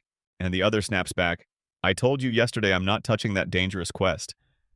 Then guild leader Claude storms in, demanding, "All right, what's happening here?" An argument erupts between two adventurers, then they spot Claude, the guild's head, stepping in. One guy clicks his tongue in disgust, and the other blurts Claude's name hesitantly, just waiting to see what he'll do. Then one of them blurts out that Boss Claude himself told them join his guild, Dawn of Glory, and you'll become as strong as you want, and the second Claude hears it, worry starts clawing at him. The guild kept yelling, "This is definitely true." But lately, one quest after another has been failing, even the ones they used to clear with zero trouble, and somehow even the fighters with real battle credentials are getting killed. The guild members warn that whatever happens next will decide if they walk away from this guild or stay. And Sorceress Dorothy, shaking with nerves, can't help but ask if they're messing with her. They snap back, asking if their wounds are really supposed to look funny because the Dawn of Glory Guild is packed with injured members and nobody's in the mood to laugh. A guild member just swears he saw the Holy Swordswoman storm out. So, yeah, she probably quit too, and it all screams Claude, as the real cause Claude tries to speak right then, but C-A-A-T. After the Quiet Boy left them behind, many in Claude's Glory Guild started to realize something was seriously off ever since. Strange things have been tearing through their once popular, powerful ranks. Guild members are furious because they all believed they'd already made solid progress. Then their guild leader, Claude, promised that joining his Dawn of Glory would skyrocket their skills, and now they're done buying it. They still remember Claude, the guild leader, telling them this useless boy was dragging them down, yet he always dumped the toughest missions on him. Claude sits there, numb as stone, listening to the accusations in dead silence. Claude's jaw drops as his guildmates and Dawn of Glory surround him, furious and loud cussing like they mean it and demanding where their guild leader went and why he stuck this shady nobody in their field. The action spills into another room, maybe a library or a different guild, and suddenly someone calls out, "Where's the Elven Country?" And the visitors erupt in shocked exclamations. The cab. The girl behind the counter flashed a too sweet smile and told the applicant she was miles away from any of those legends, swore she knew nothing at all, then leaned in. Like maybe someone else had the real answer about what was going on. And one of those flashy local adventurers shot back with a doubtful look, saying his great-grandmother swore she'd heard tales like that until her old age drove her mad, and every one of her stories somehow turned into goblins. Even the local kids are left stunned when someone starts grilling them about the land of elves. Something they've never heard a thing about, so they grin at whoever's asking and go, "Wait, how can an adult still believe in silly fairy tale elves?" Then one of the guests, chuckling like things were awkward, pulled a weird face and joked that yesterday we had mushroom stew on the menu. And suddenly, bam, everything clicked for him. Gloomyfield, who'd been itching to get answers about the elves, scowled because the closer he got to his goal, the farther he seemed from it. He still hadn't learned a single thing about the elves' land or the road to it. He looks worn out from digging for the answers, then stands before the shelves packed with books, smirks thoughtfully, and says the stuff about elves has to be a rare treasure around here. Yeah, he only knows all that because of the books he devoured back when he was still a kid, reading them years ago. In the books he'd already devoured, elves were painted as a shadowy mystery, so elusive they never showed up where the crowds were. Field shoots his hand for the shelf, yanks out another book, and digs for the answer. No surrender, not even for a second. Next, he's setting his sights on the land of elves, and he's determined to get there. But everyone only ever talked about it in dusty old books and fairy tales. Field thinks that even if elves aren't real, it still makes sense that some race could be somehow connected to them, and then someone slid up behind him. Then, out of nowhere, Kenzie Rusinus's voice snapped into Field's ear right through her thoughts, and with a sly little whisper, she asked what Fields was even doing here, like she already knew the secret. Could it be the elves? Fields froze for a heartbeat, stunned and wide-eyed, because Kenzie had totally thrown her off. Fields screamed at the top of his lungs, and when he realized it was Rusinus again, he snapped her name, then hissed in pure fury, "Astrid, keep it down in the library." She answered with a heavy, meaningful silence. Field muttered under her breath, asking herself why she was even here. Then Rosina shot back, "Remember, the cheat said earlier she was dying to team up with Mr. Field." And every Field in response jolted her with the same truth he'd turned this down back then too. Now he shuts it down again, refusing point blank to pull anything like that with her. Rosinius clashes with him, begging him to stop acting like such a complete bore. Then Field shifts gears and asks about her job at the Dawn of Glory Guild straight up, asking if Rosinius is sure she even wants to stay here with him. She stares at him for a few beats, completely lost. Rosina snapped back instantly that it was no big deal because she'd already quit the guild. Dawn of Glory Field froze, eyes bulging, stammering as he blurted, "You mean you just went and quit?" Field and Rosinus's non-stop blabber is clearly starting to grate on the other library patrons. One of them snarls, snaps off furious words straight at them, and Field and Rosinus both clock it and shut down together. Meanwhile, Rosinus tells him she only landed a spot in the Dawn of Glory Guild because she'd been following Mr. Field, and then, with a totally casual smile, she asks what the book Field in his hands is all about. Field hesitantly admits he's searching for a path to the land of the elves, then quickly adds that he knows it's all fairy tales because the real rush is chasing something nobody has ever found before. Racine is back on Mr. Field's case, demanding they team up again while Field swears it's some kind of psychic attack. Racine fires back and says it's not. She's got to tell him everything she's heard over the last few days, because the library visitors are furious, and these two are stirring up nothing but trouble. She covered her face with her hand, winked just a little, and Kenzie Rassinus leaned in and whispered to Field in a secretive tone that she knew exactly how he could reach the land of the elves. Fed up with the non-stop noise blasting from the Fields and Racinuses, the library building was suddenly filled with relentless chatter. With a sharp shout, they demanded everyone go quiet in the library, and the startled Buzz and Rusinas instantly got yanked straight out through the doors because their brutal arguing had clearly riled up the other visitors. Field looked crushed as he admitted that he and Racinus had been kicked out of the library. Racinus let out a heavy sigh, shot Mr. Field a reproachful glare, then started yelling for no reason at all. Then Field yanked the startled Rusinas by the shoulders and barked at her, shouting whether she really meant that elf country she'd claimed she knew how to reach. Rusinus froze, stunned, and stayed completely silent. Field stares at Rusina, breath held, and fires off the elf country name again, waiting for her answer. Rusina's surprise cracks, and then she gives a small smile because now it looks like she finally has a real shot at influencing Mr. Field. Rusinus puts on a thoughtful act and blurts that she's clueless, then snaps, "But if we go together, I might point you toward the elves' lands." And Field's temper flares, his boiling rage fights to break free as he forces out an irritated chuckle. Right now, Field is locked in a brutal war with his own mind rage and despair crashing through him as he scrambles to find the exact words to survive the moment. Finally, Field spoke his thoughts, clicked in fast, and he calmly told Rusines, standing right in front of him, "I've got it all figured out." She stared at him, puzzled. "So, what did you decide for yourself?" He confidently tells the pleased Rusines, "We're heading to the elves' land together," then adds, "But it's temporary just until we arrive," making sure she won't start cooking up wild ideas about their journey. Rusisus bursts out in joy, yelling that he'll be with Mr. Field, then insists this is all just temporary, this temporary agreement of theirs, while she shoves him forward to get ready for the campaign, and Field isn't even sure she's really hearing him. Joy radiates off Kenzie Rusinus as she skips beside Mr. Field, the man she's been searching for forever, while Field can't stop looking utterly mortified. And honestly, who wouldn't, when Rusinus is that stunning? The chaos slams into the guild. Dawn of Glory, where the guild's leader digs his claws into the air, shaking with shock, and demands answers.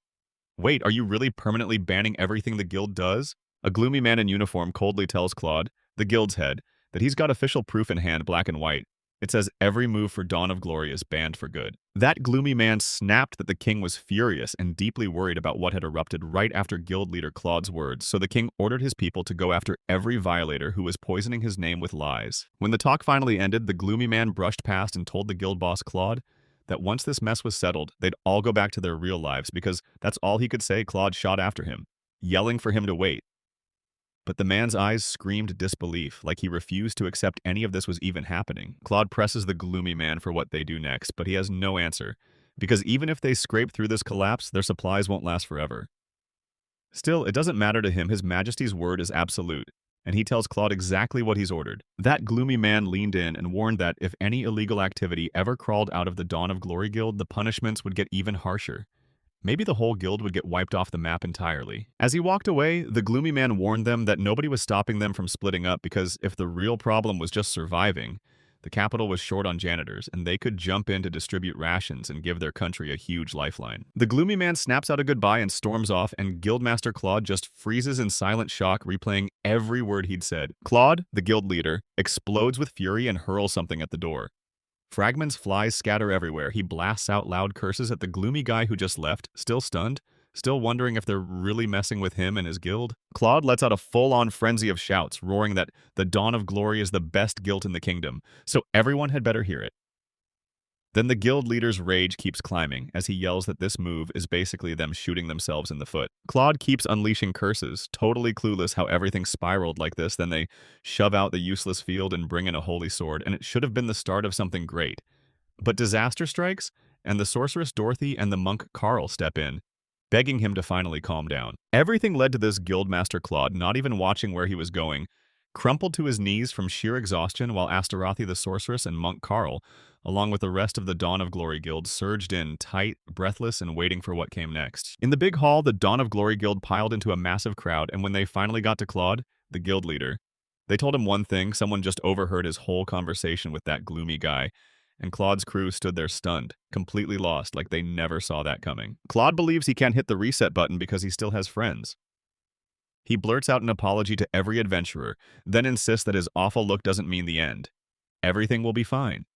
He knows it's brutal and hard, but he tells them they've got to push through and endure. Guildmaster Claude fussed with the buckle on his cloak, then darted off with a clumsy jerk of his hand, and his cloak buckle snapped loose with a brutal clang that echoed on the floor. One of the adventurers shots off to guild leader Claude with some serious rudeness, saying no normal adventurer needs a dead guild for nothing, and then announces he's ditching Claude to find a new one. An adventurer doesn't throw themselves into danger more than they have to, and Claude has to get that, so the crew takes turns bidding him farewell, swearing it isn't them that are cruel to risk, it's life itself. One person begs him to visit someday, thanking him for everything he's done, and Claude just mumbles something back. Suddenly, Bonza lunges at one of his old comrades, screaming insults like venom. Are they really laughing at him after all these years? The Dawn of Glory Guild fed them for ages, and this is how they repay them. Monk Carl rushes in, desperate to stop Bonza, but his efforts fall apart. Then the self-assured warrior, Bonza, suddenly gets his jaw smashed by a departing adventurer.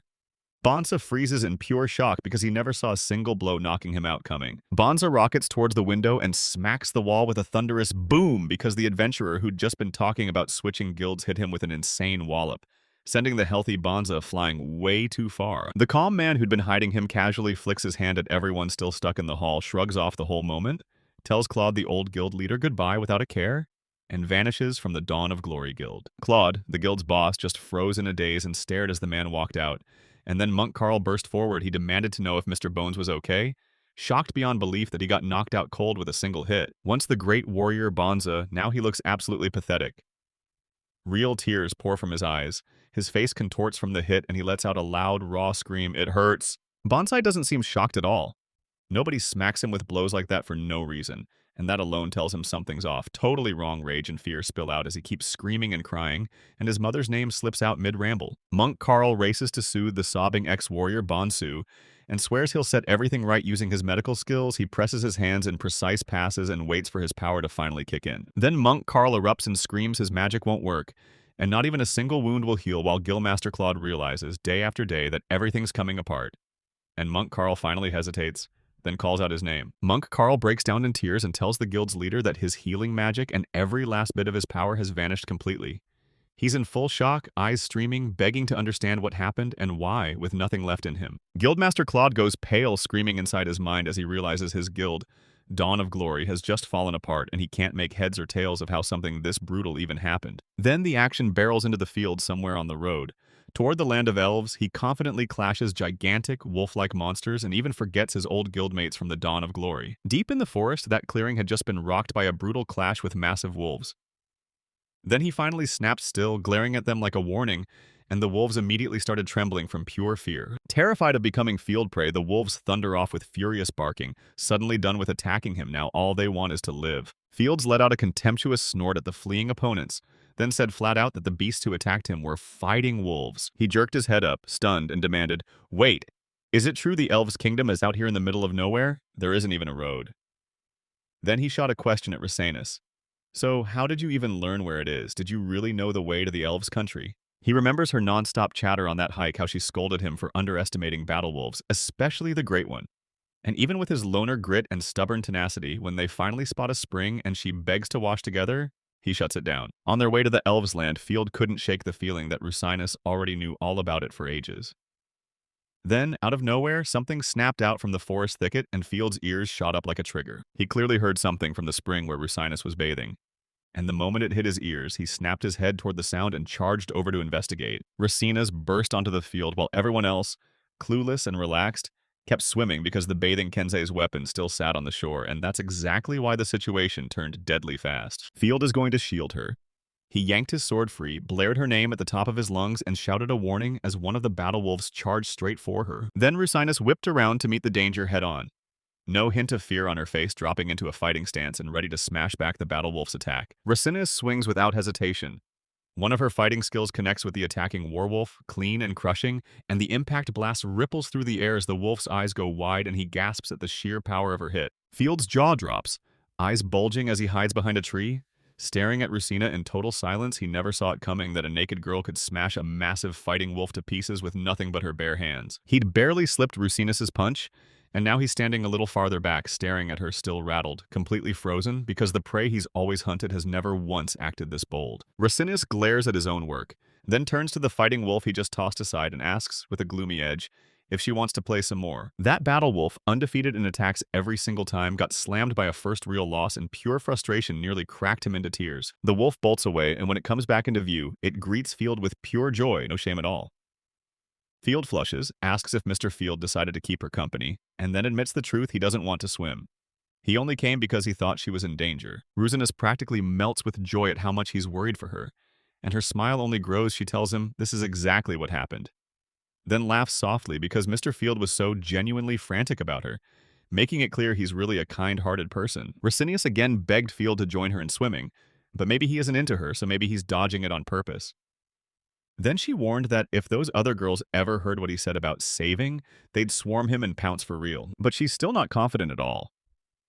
Field nervously tells her she's stunning, and the second she hears it, she beams and calls him over again without noticing he's right there, while Field snaps at her in a burst of anger, telling her to finally cover herself. After the Battle Wolves incident, Rusinus and Field don't stop. They push on toward the Elves' Land, and she tells him, before long, we'll reach the Maze of Fog. Field pressed the question again about that Maze of Fog, and Rusinus confirmed that hardly anyone can even spot the entrance, let alone brave the labyrinth and make it through. Field follows Rusinus with a suspicious scowl, clearly not buying a word about that Maze of Fog being dangerous. Rusina keeps talking, spilling what's coming next, and then right behind that maze, there it is. The Elves' Land. Field opens his mouth to fire back, but catches himself and stays quiet. Finally, Field trailed just a bit behind Rusinus and decided to ask Rusinus what had been eating at him. Then he called her name out, slow, careful, and full of thought. With his eyes fixed and his voice unusually serious, Rusinus just waits. Then he suddenly asks her to tell him where she learned all this about the elves' country and why she knows so much. But those aren't the only questions Field has take their very first meeting, for instance, because he can't figure out why she was suspiciously kind to him right from the start. Field keeps talking and shoots back, asking if she doesn't find this hilarious, because it's like he can tell she's the type who won't latch onto someone just because he's not selfish. Then bam, everything went sideways. They got distracted and never spotted the danger. And Field's jaw dropped at the last second because the one who just stepped out of the forest wasn't just any stranger. It was the exact person Rusinus had warned him about earlier. A towering, scarred monster with blazing, glowing eyes snapped open its jaws and bared sharp fangs the moment it spotted the travelers. The monster doesn't pause for a second.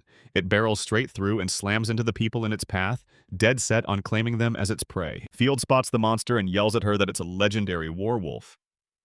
Then Rusinus snatches his weapon, bracing to face the danger head-on. The great warwolf lets out a thunderous growl and rockets straight at Rusinus, who snaps into a fighting stance, weapon up and ready to strike. Rusinus steps up in front of battle, bracing for the shouts, but Field shuts him down fast, clear, and with zero hesitation, rejecting his offer on the spot. Without even glancing back, she tells Mr. Field to step away because right there, a massive fighting wolf is coming after her. Rusina flashes a fearless grin and declares no question about it, that this battle wolf isn't her rival at all. Then she relaxes, sets her gaze straight on the enemy charging her way. In the blink of an eye, the great warwolves snapped their jagged jaws shut right as Rusinus' sword swung in for a savage strike. Then Rusine twists her stance, and with a thunderous slash, she snaps back the great battle wolf's attack, though it's far bigger than she is. In a flash, she ripped through the battlefield. Then the mighty wolf never saw it coming, getting smashed, sent flying back, and finally defeated by the brutal force of her strike. Field stares at her insane moves, stunned and impressed.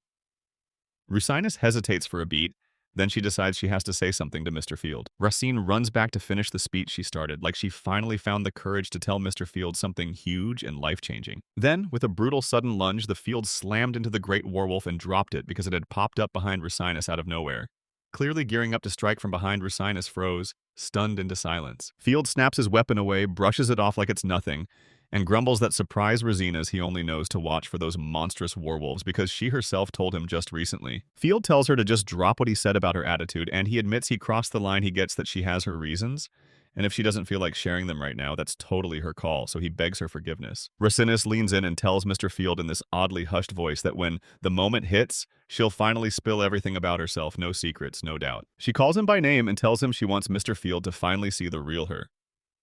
Field stares back, dead serious, because now someone's dropped the kind of info you can't ignore. She tells him to move on because right here is where the fogey maze starts, and if he's okay with it, she'll take his hand and never let go. After she finishes, Rusena just keeps walking, and Field is still completely lost about what just happened. The elfland they'd been hunting was right around the corner, and when the moment finally hit, Field's gut told him this time it was arriving any second. Rosinius tells Mr. Field to come closer and closer, but to an already embarrassed, irritated Field, it's like she's crossed the line. She giggles away, clearly loving every second of the tease. In that foggy maze, you can't even make out the faces of the people holding your hand, so if he lost his way, it'd be a disaster. Field kind of buys it. But he steers himself by her voice, and she's just hunting for a reason to stay close. From the field, his scream tore through the air because in this thick fog, he couldn't properly judge what was lurking ahead on the route. Field stumbled and nearly ate dirt in the pit, but Rusina yanked him back, gripping his hands tight and begging him to watch his step because traps were lurking everywhere. She demands, "Did you agree to be careful in this deadly place? Feel it in your bones?" Then Risinus keeps pushing forward, guiding him through the dark. Then, finally, she blurts that they've arrived and that their journey is over yet. Field can't see a thing. He keeps walking and throws on a suspicious, distrusting look. And just like that, Field's face lit up as a blinding glow washed over him.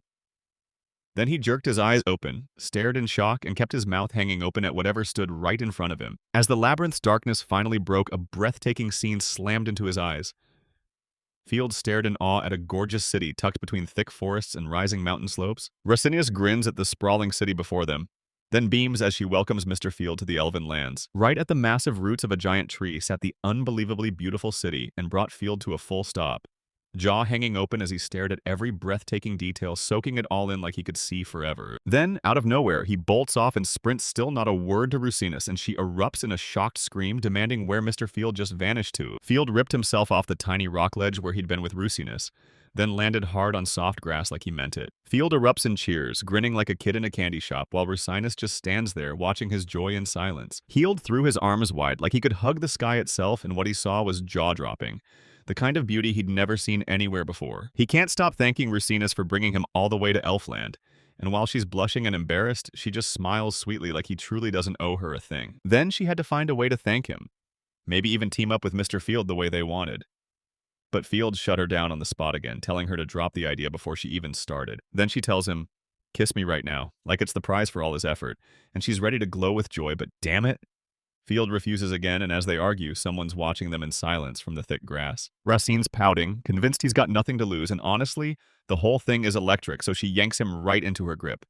Field erupts, yelling that he doesn't know what possessed her, and warning she'll push him into a nervous breakdown, but he's right there screaming at her to stop. Rusinas and Field, always bickering and goofing around, suddenly face-planted onto the grass, with Rusinas still trying to steal a kiss while Field pulled the absolute worst, funniest faces. Then, out of the tall grass came a burst of delighted squeals, cute elven kids. They flashed bright smiles at Miss Rusinus, already knowing it was her, and they looked genuinely overjoyed to see her, with pointy ears and light hair catching the light. Rusina yanked herself away from the stunned Field and rushed over with a bright grin, calling Diane and Sana by name like no time had passed at all. She hadn't seen them in forever, so she bombarded them with questions. "How are you? How's life here?" The Field stared, dumbfounded, watching the whole reunion unfold in amazement. Dinan and Sana, the elven kids, trade the politest greetings and even ask if Miss Rusinus is doing all right, so Sana and Danon make sure everything's fine. Rusinus smiles and says, "Of course I'm okay, it couldn't be any other way." Danon and Sana stared at Field and blurted, "Wait, who's with her? Is that her boyfriend?" Field puffed up in outrage and insisted, "No way, we're not anything like that." Racine stepped in, telling the kids it was just a friend, and the kids went wide-eyed in shock. Then he stared at Rakinas and the kids and blurted it out. He was sure of it because it was crystal clear Rucinus wasn't just pretending he knew the elven children inside and out. Yeah, Rucinus is convinced Mr. Field figured it all out ages ago, so there's no reason to keep anything secret anymore, and Field just stares at her in silence. Ratinus kept her promise to Mr. Field on the road to the elves' land. Then she yanked earrings off her earlobes, and boom, her ears shifted in an instant, stretching into sharp, long points, just like every elf in this country, just like the kids they'd met a moment ago. Rosina flashes a sweet smile and locks eyes with Field still clutching the earrings in her hands and, with a little hesitation, she finally tells him, "I'm an elf." Elven kids.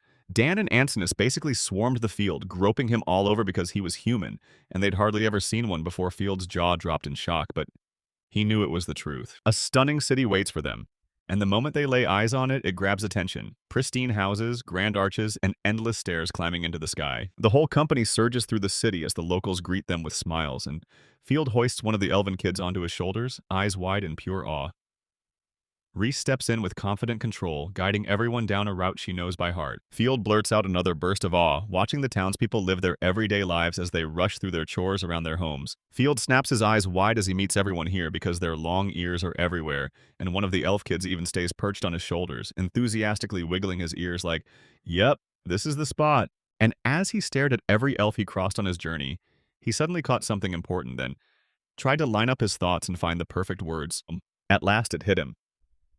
What bothered him wasn't the danger, it was the shock of seeing men and women across this whole country dressed and groomed to perfection, and Field was totally floored. And once it hit him, Field finally understood he felt completely out of place. And when he stared at Rusinus, it was like he'd already guessed what was going on. One of the elven kids still perched on his shoulders blurts, "What's wrong with my brother out there?" He tilts his gaze away, thinking hard. Right beside Field sits a second elf kid, staring at him, just waiting for his answer.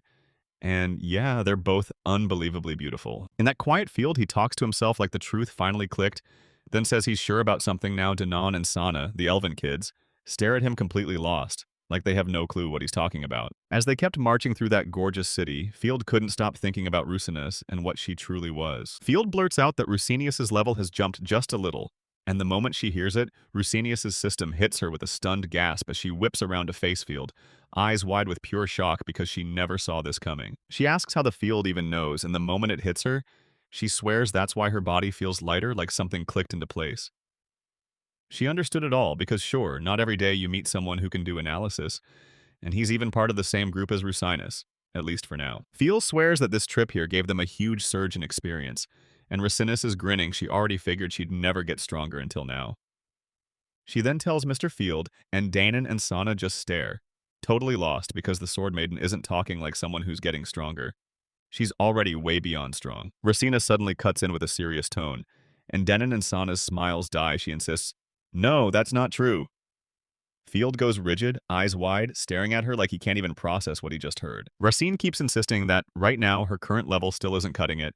She needs to get even stronger. Then it hits him right away. He starts hearing the city folks coughing all around him, and he whips his head left and right, studying everyone with a tired, uneasy stare. And right behind them, off to the side, and once you look closer right in the windows, it becomes obvious the locals don't look well at all, so he turns to stop us, demanding answers with one sharp question. Mr. Field feels something's off in this city, so he asks her if she's feeling it too, and one of the elven kids blurts out an instant yes because they're convinced Brother Field is right. Dan on Insana swears there's this weird magic forest power choking the air around them, and it's draining fast, so now every adult in the city has been sprinting around like they're losing their minds. Dan and Insana keep talking, and their faces say it all. This is bad enough that even Illumina herself drops out cold. Rosina, shaking with shock, blurts it out again. "Tell me, could Illumina really be sick too?" Field blinks in shock and questions the kids again. He has no clue who Illumina is, but Rosinius answers fast. "Illumina is my sister." Rosina clenched her fists and thought, "My sister gets magic way better than I ever could." Then beamed because she truly believed her sister was the best person she knew, and that pride burned bright. Rusinus nervously begs Mr. Field for forgiveness, but she blurts that she has to rush to her sister right now, so Field sighs, rubs the back of his head, and asks where Illumina is. Rusinus can't believe it. Does Mr. Field really want to tag along with them? Field snaps back that of course they're all on edge because they're worried sick about Illumina. Now he feels this huge debt to Rusinus because Rusinus brought him here, and if he's going to do anything to make it right, he'll go with them to Illumina. Ooh. And Field quickly reminds Rusinus he's a total stranger here, so he can't be left alone in the elves' city. Rusinus is stunned.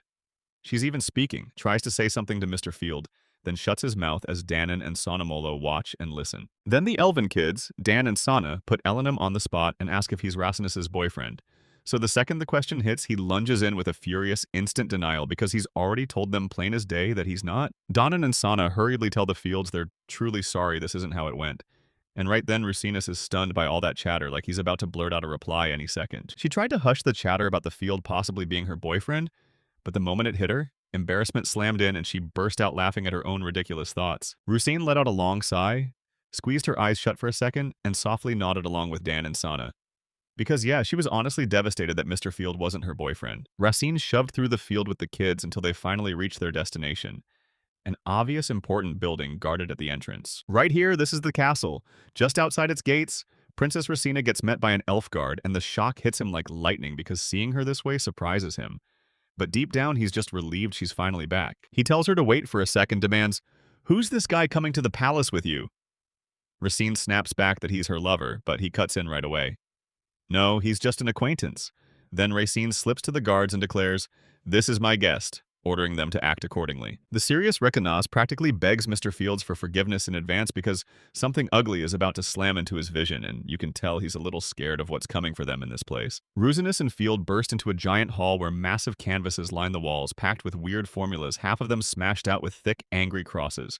And the moment they step inside, Rusinus bows and greets his majesty. Then she announces that Rusinus Kensei has come back to the elves' land, and from every corner, the courtiers' voices erupt, whispering her name while shouting it again and again. The field goes dead quiet, and it stares at everything with pure shock like it's never seen a place like this before, and up to now, nobody here has answered Rusinus. The scrape of a pen cuts through the room, and that all-important elf, maybe the king himself, grits his teeth. Writing stops, and he snaps.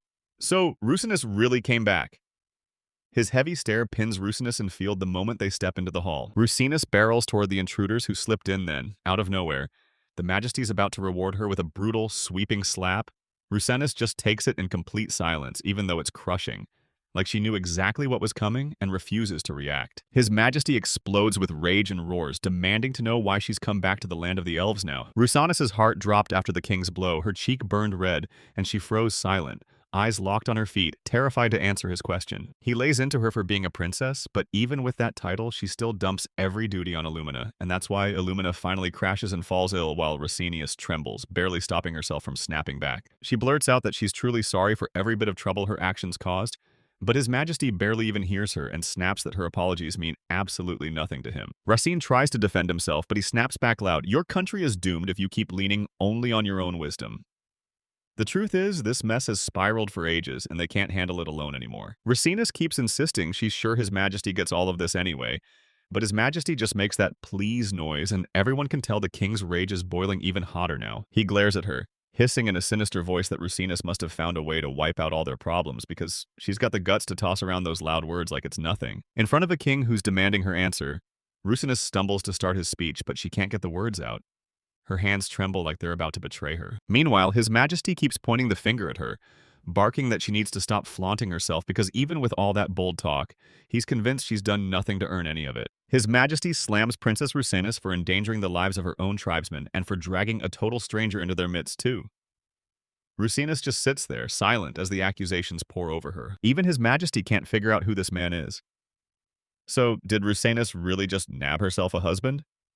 Field snaps, clearly not happy, but before the shocked Field can even speak, Rusinus throws up a hand and demands silence. She paused for a beat, then straightened her spine and told the king point blank that Mr. Field was her close friend, nothing more. So, she straight up tells His Majesty to shut it. She's had enough of these comments. Stunned by what she just did, Field hangs back a step and just watches the whole exchange. His Majesty let out a thoughtful chuckle, then nodded along with her words, and once he dropped his writing utensils on the table, it was clear the king's focus snapped hard onto the man. His Majesty whips around toward Field and demands, "So, what did you think when you landed in our country?" Field pauses for just a second, then says, "It first looked gorgeous and mysterious until he realized something was terribly off, both with the land and the people living in it." Field sniffed out that something was terribly off with the elves' bodies in this country, so he marched straight to His Majesty and demanded answers. His Majesty insisted everything was fine, But the truth was brutal. They were running a sharp, crushing shortage of magical power. Magiseer points out like Field should have caught already that their elven homeland is boxed in by thick forests on every side, so their magic is bound to those woods like it was born there. Elves drink life from the forests, and once they've gathered enough, they have children who grow up and then return to the wild, feeding the forest so it keeps running like clockwork until now. The elf lands kept bleeding, tribe after tribe got wiped out in non-stop wars against anyone who dared stand against them, and then disaster finally struck. His Majesty gloomily declared that after all those wars, the forest's power around them was slowly fading away. The forest's magic is fading, and with it, the elves' life force is draining fast, plus they can't refill those magical reserves anymore. Their lives are long, but their births are rare, so they can't just multiply the population to make up the loss. So the elves with magic left in the tank pour their power straight into the forest, and right now, in the land of the elves, that's exactly what's happening. His Majesty jabs a finger at Racinius and says, "It all started with Princess Racinius. She was the one tasked with keeping the forest strong until she slipped out of the country in secret. And then her sister, Illumina, took over." His Majesty whips around to Rusinus, who just stands there in stubborn silence, and now he can't hold back. He needs to ask the question that's haunting him all over again. He looms over his captors, and His Majesty booms, demanding to know why Rusina fled her homeland of elves and why she left her sister behind. Without warning, the direction snaps to the field, his body jerks with a sharp flinch, and the king's rage hangs over him so heavy he can't make a single choice. His Majesty snaps with surprise and thanks the man in front of him for bringing the Rusinus back to the elves' land. He points at Rusinus and tells Field, "For my daughter's sake, I'll let you stay in the elf country for a couple of days." Majesty's fury still burns. He snaps that Rusinus step closer, because now that she's here, she has to do her duty, the same duty she forced her own sister to carry. Racine strode right up to the king, her footsteps sharp, and then the fields erupted as she shouted and fought to get her words out. But Rusina cut him off right away, bursting out how thankful she was to Mr. Field for sticking by her all this time. Racinius finally decides to spill everything, stalls for a second, then blurts the truth she was trying to use his power for her own advantage. Turns out she'd known for ages how Dawn of Glory screwed him over, and the moment she heard he was hunting the country of the elves, she knew her chance had finally come. Rusinus is seething at how stupid she was, head-bowed. She's begging forgiveness for what she did because she tried to deceive him. In the end, she's nothing but trouble, and Racine tries to hold it together, but her tears won't come. Her hands still won't stop shaking. Without even looking up at her, she blurts out that she's crushed. She couldn't show Mr. Field how breathtaking her elven homeland is, right? As Field snaps into action and reaches out toward Rusinus, then he just snapped.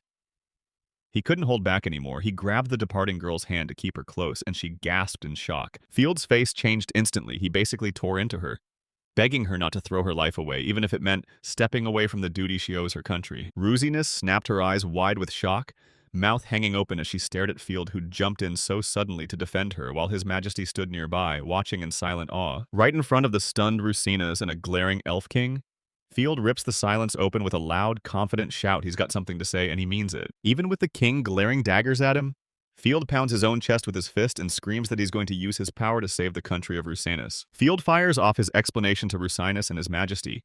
His power turbocharges the EXP his teammates earn, and since that bonus EXP is his to own, he can hand it out any way he wants. He realizes the elves' real problem is brutally simple. They can't keep the forest healthy because they lack the magical power to maintain it. And that's exactly why Field has cooked up a solution. Namely, Field leans in and tells Rusinus and the king he's going to turn the elven country's people into monsters using his magic to hand out experience and make them stronger. Field says that if each elf's magic keeps growing, then they'll be able to sustain the forest in return. Then he double-checks, asking if His Majesty understood it all right. His Majesty leans in, listens closely, and his eyes light up, because he finds the whole plan straight up incredible. His Majesty can't believe it. Field isn't just boosting the experience he and his crew earn, he's also handing it out however he wants to the rest of the team. Field snaps with agitation, squeezing his hand like he can't wait, because he knows full well His Majesty might not believe a word he's saying. The king's jaw drops. Field is right here, demanding a shot to fight for the elves' country. Field clenches his resolve, stares up at His Majesty, and boldly begs for the power to save the elves because that's the dream he's been chasing. In the silent halls of the castle, Rusina stood in his sister's room by the bed, staring down as Illumina lay there, breathing hard so out of it she didn't even notice her sister was right beside her. Sad Rusina softly calls Illumina's name and gently strokes her head. But her sister doesn't even hear. Something suddenly snatches Rusina's attention away. Right then, Rusina spotted Mr. Field posted in the doorway of the chambers, staring at her like he was seconds away from blurting out the truth. They stepped into the corridor, halted right in front of Princess Rusinus, and started chatting on the balcony, leaning against the railing. Field blurts out, "So it's true I can stay in the castle now?" Rusinus nods to confirm, then shoots back, "And are you feeling embarrassed about it?" Field told her he'd just run into a tall woman inside the castle, only for her to stare at him like she knew something he didn't. Racinus snapped back that if she was that tall, it had to be her mother. Field gasped, "Her mother, but could it really be yours?" He cringes at the thought that you can't really tell how old elves are just by looking at them.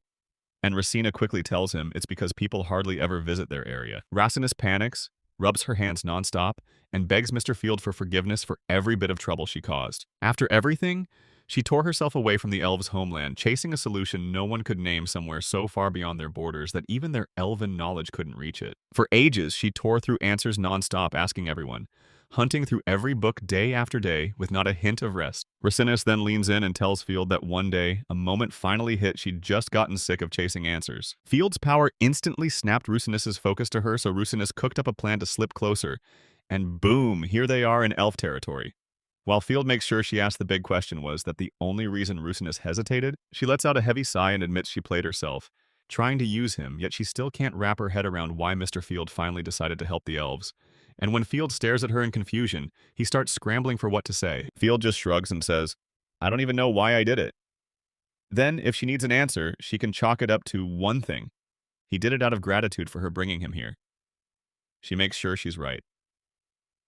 So that's all you're confirming. Confused, the Field can't shake the thought that it'd be heartbreaking to see such a stunning elf country vanish. He's not even sure what he's saying, but he pushes on anyway. Field knows that country and family come first, especially when you've been locked in together for years.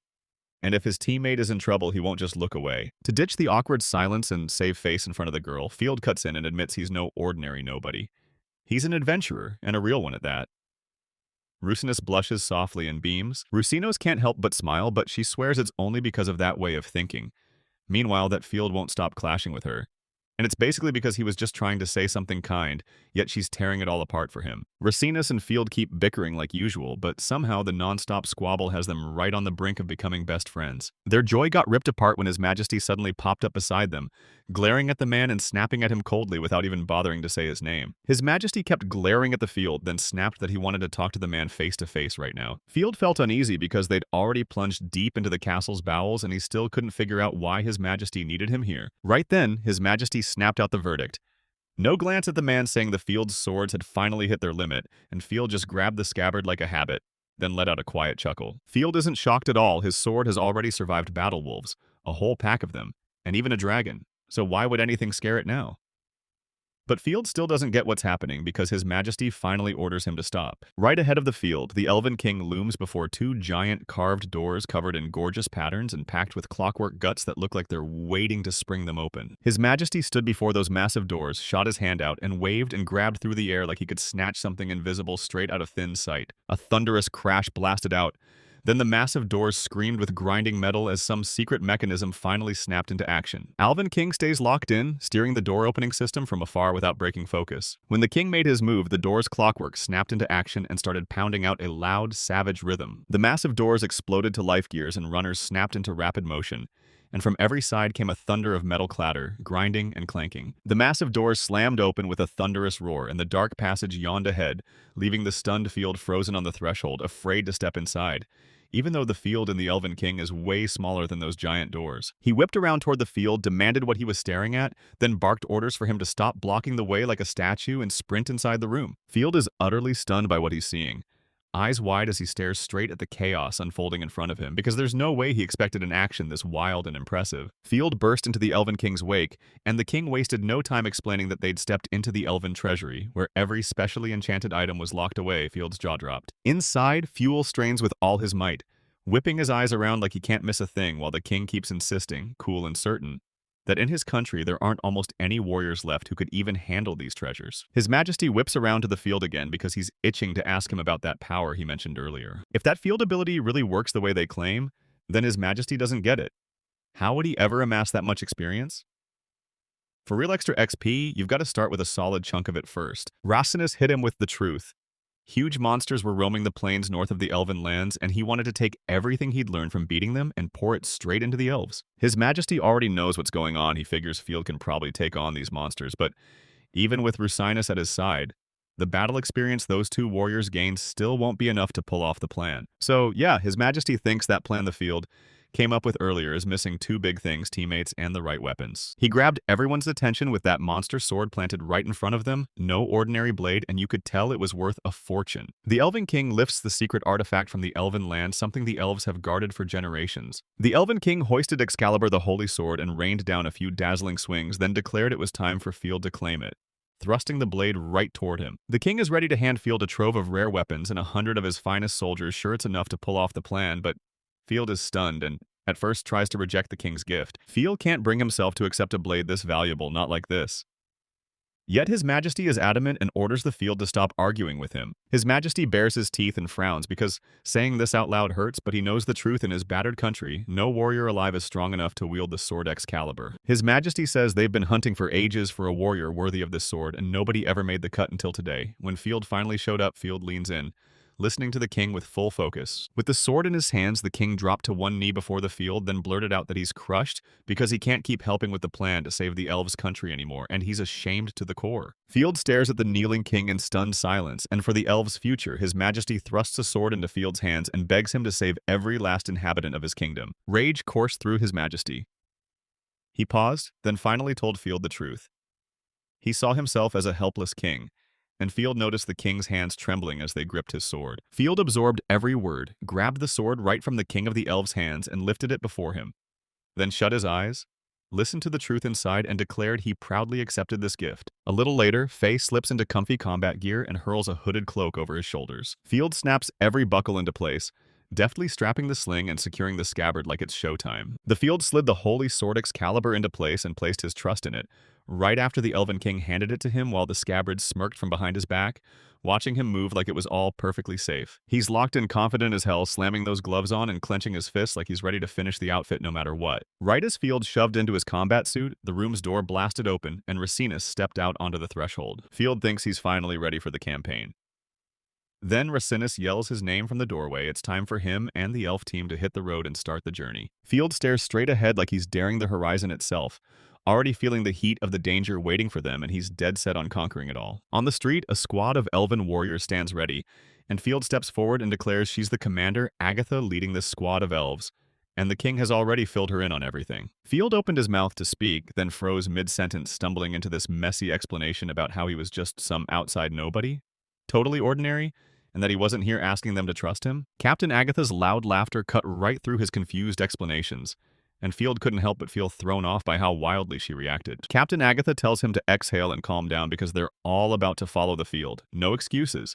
And it's exactly what His Majesty ordered. He leans toward Captain Agatha and asks, "Are you sure you're not against following me, especially when I'm so young?" Captain Agatha just smirks and says, "For us adult elves, everyone looks like a child no matter the age." And then Agatha goes, "I've got one more thing to add."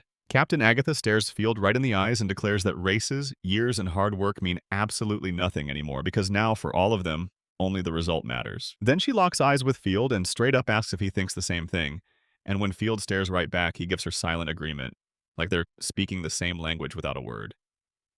Field and Agatha totally understood each other. Racinus hovered a step behind Field, weirdly calm, and snapped him back to the truth on this mission.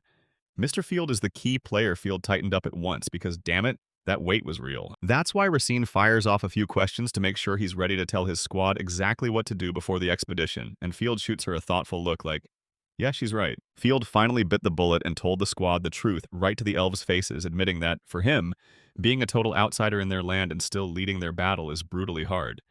And he forced himself to say the one thing that mattered most. Then he proudly declares he's seen wild, amazing sights in this country, and the people who call it home, and even if Field only knows elves a little, he's already fallen for this place. Field feels totally inspired, and straight up tells the elves in his squad, "Believe me, I'm sincere about protecting our elven country, and I need your help to make it happen." While he keeps talking to the elves, Field tells them he's betting everything on every warrior in this detachment, and the whole squad hangs on his words, locked in and listening. After Field's fiery speech, Captain Agatha roars the Order Warriors, move forward because their country's future hangs on every single one of them. Captain Agatha and Field led a squad of elven warriors, and they marched off toward the northern plains where the monsters are waiting. Racinus, Captain Agatha, and Field took turns leading the detachment, pushing through brutal forests and jagged mountains and refusing to break as every hardship on the road kept piling up toward the goal. Captain Agatha and Racinus spotted it right away.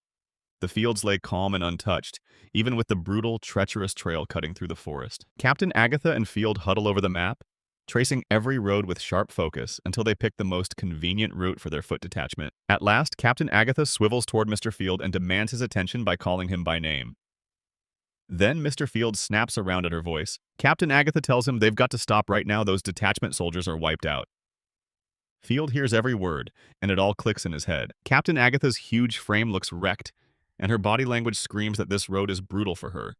Then she praises Mr. Field as an amazing man, but Field just gulps water and has no idea what she's talking about. Captain Agatha tells him their detachment has been marching for days straight, and somehow he's not even winded. Field didn't notice a thing, so her comment hits him like a shock, and he stares at her in silence. But the elves across the way are wiped out, dropping into the clearing to rest their legs. Captain Agatha's praying they won't slow him down when everything gets serious, but Field doesn't think the lights will trip them up. Captain Agatha fires a question at Rusenis: how far is it to the northern plains, since they've been trudging for days?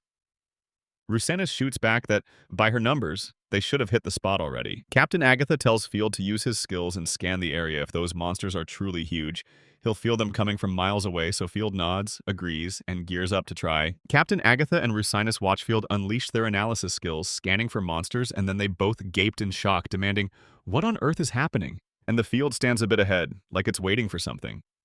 He frowns because he's found the monsters, yet this doesn't feel right at all. Here reports that based on the analysis data he just got, the mark means the monsters are sitting right where their squad is standing. Yeah, Rusenis, just to shake things up, they toss out what they need and push for a test run, and Rusenis blurts out in shock at the request. Rusenis asks if Mr. Field can do it himself, but he snaps back. "I've got a priceless sword in my hands, I can't possibly do that. I was trusted with the elves' national treasure, so I'm not out here digging in their earth for them." Rusenis then begs Captain Agatha to pierce the ground in her place, but Agatha refuses again because her power wrecks the sword so badly that she's not doing that. Field pulls a dramatic pout and begs Rusenis to grant his request, but Rusenis isn't buying it. He shrugs it off and fake pouts instead. In the end, she finally got it all and nodded. Agreeing to do exactly what he asked, Rusenis locks in, then confidently yanks the weapon free from its sheath. Rusenis yanked out her sword and slammed the blade into the ground, expecting something huge, but instead, nothing stirred, and the ground she cut stayed perfectly calm. Field freezes, baffled, because he truly expected those monsters to be lurking underground or something. But just as he's about to speak, a savage scream erupts from the crevice and cuts him off. That scream is so brutal it snatches the breath out of everyone. Pure horror spreads through the room as the elves shout that they don't know what's happening, and Captain Agatha barks the order for them to get ready for battle right now. Rosina, all fired up, tries to drown out the unknown monster's scream and yells for Mr. Field because she already knows exactly what it is. Captain Agatha snaps her warriors into place, screaming that nobody splits up because she wants them racing to the base of the mountain. Field and Resina look dazed for a moment, until Field suddenly clicks. The monster isn't trapped up there in the mountain at all. With his face twisted in shock, Field blurted out that the monsters he'd been hunting weren't in the mountain at all.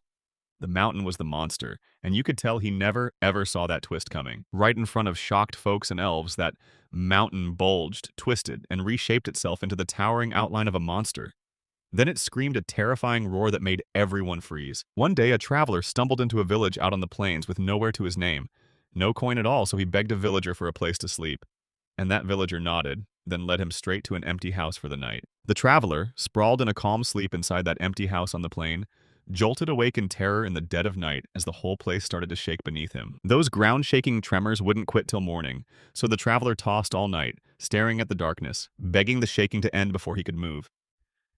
The moment it finally died down, he burst out of his shelter, stared around, and just froze in utter shock. The traveler stared ahead, and the world in front of him was blank.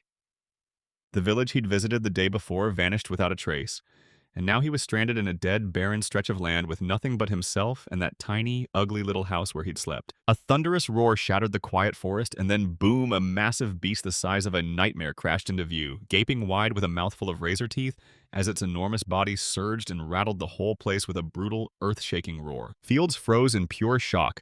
Locked onto the giant beast in front of him, tremors rippled through the boy's body the second the monster showed up, fear screaming on his face as sweat poured off him. Lunasis and Fields hover nearby, staring at the creature in pure disbelief, while the girl thinks she knows exactly what it is but keeps quiet.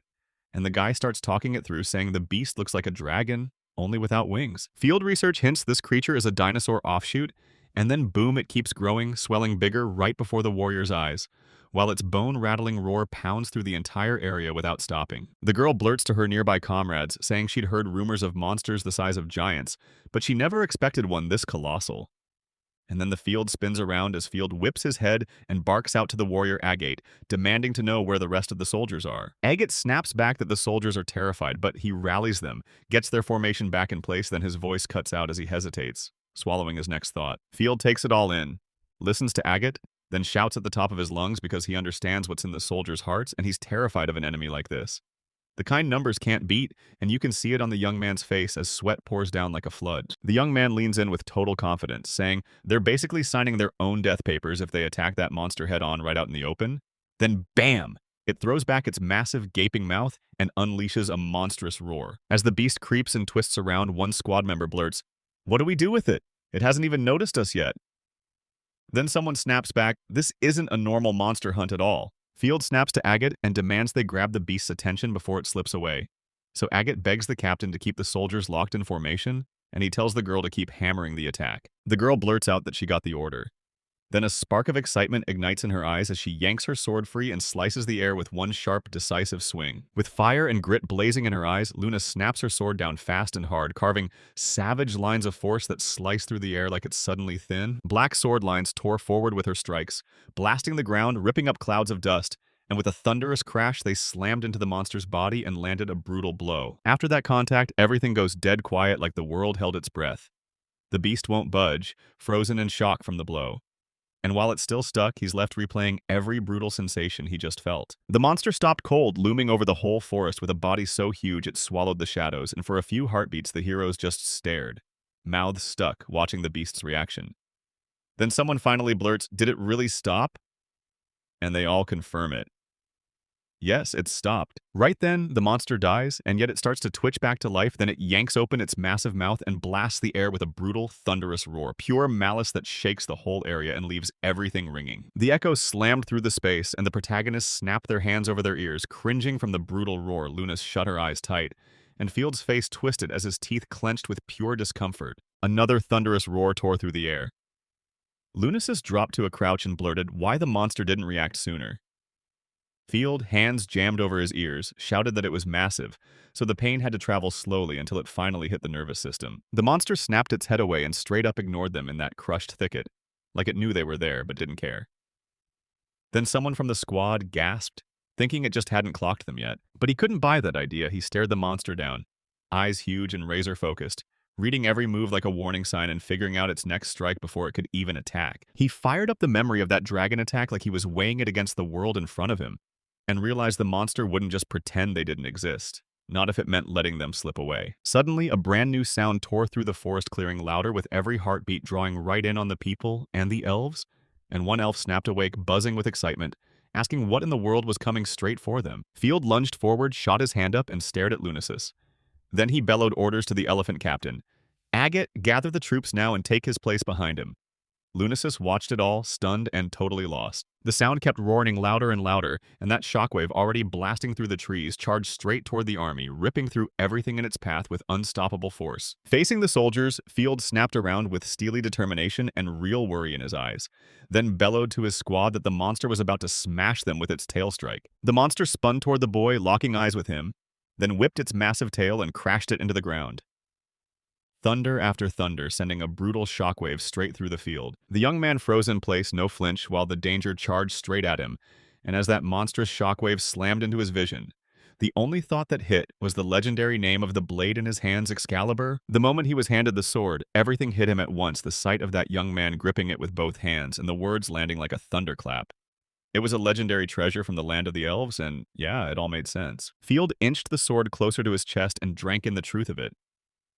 This blade didn't care how strong you were, it cared how well you could unlock its full power. He still remembered the Elven King's stare when he handed the kid that precious blade, then watched him demand, hard, that the young man focus on it with total concentration, so its full power would finally wake up. In the youth's mind, the Elf Lord's final words rang on the sword would handle everything for him, so the Field lifted Excalibur, clenched in focus, and stared down the danger with that hard, battle-ready glare. Field slammed his hit so hard that the shockwave ricocheted into a massive explosion, and the monster stunned gaped as it watched that power come out bigger than anything it had ever seen. That punch exploded with enough force to whip up a raging wave of wind, slamming straight toward the elven squad so the soldiers strained just to stay upright, praying the brutal gusts wouldn't knock them flat. Field staggered there, wheezing out a heavy groan, blood spilling down his face as his body finally buckled under the sheer force of his own devastating hit. He swayed on his feet like one wrong step would knock him down, but he fought it, teeth clenched, hands death-gripping the legendary sword, while, right in front of him,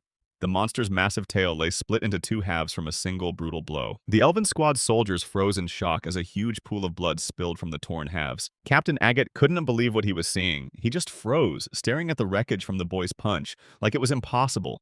Eyes stretched wide and mouth hanging open, whispering, "How is this even possible?" With unbearable pain ripping through its body, the monster snapped its head back and unleashed a terrifying roar. Then it whipped its tail up, the severed tip pointing like a weapon, screaming an even louder cry while the field kept calling those lunacies by name. The hero blurted his plan to the elf in a rush he'd pull her focus away. Then the other soldiers would be exposed for that one crucial moment, right when they gathered. So he demanded she watch them like a hawk. After the girl got his instructions, he tightened his grip on the sword and focused hard.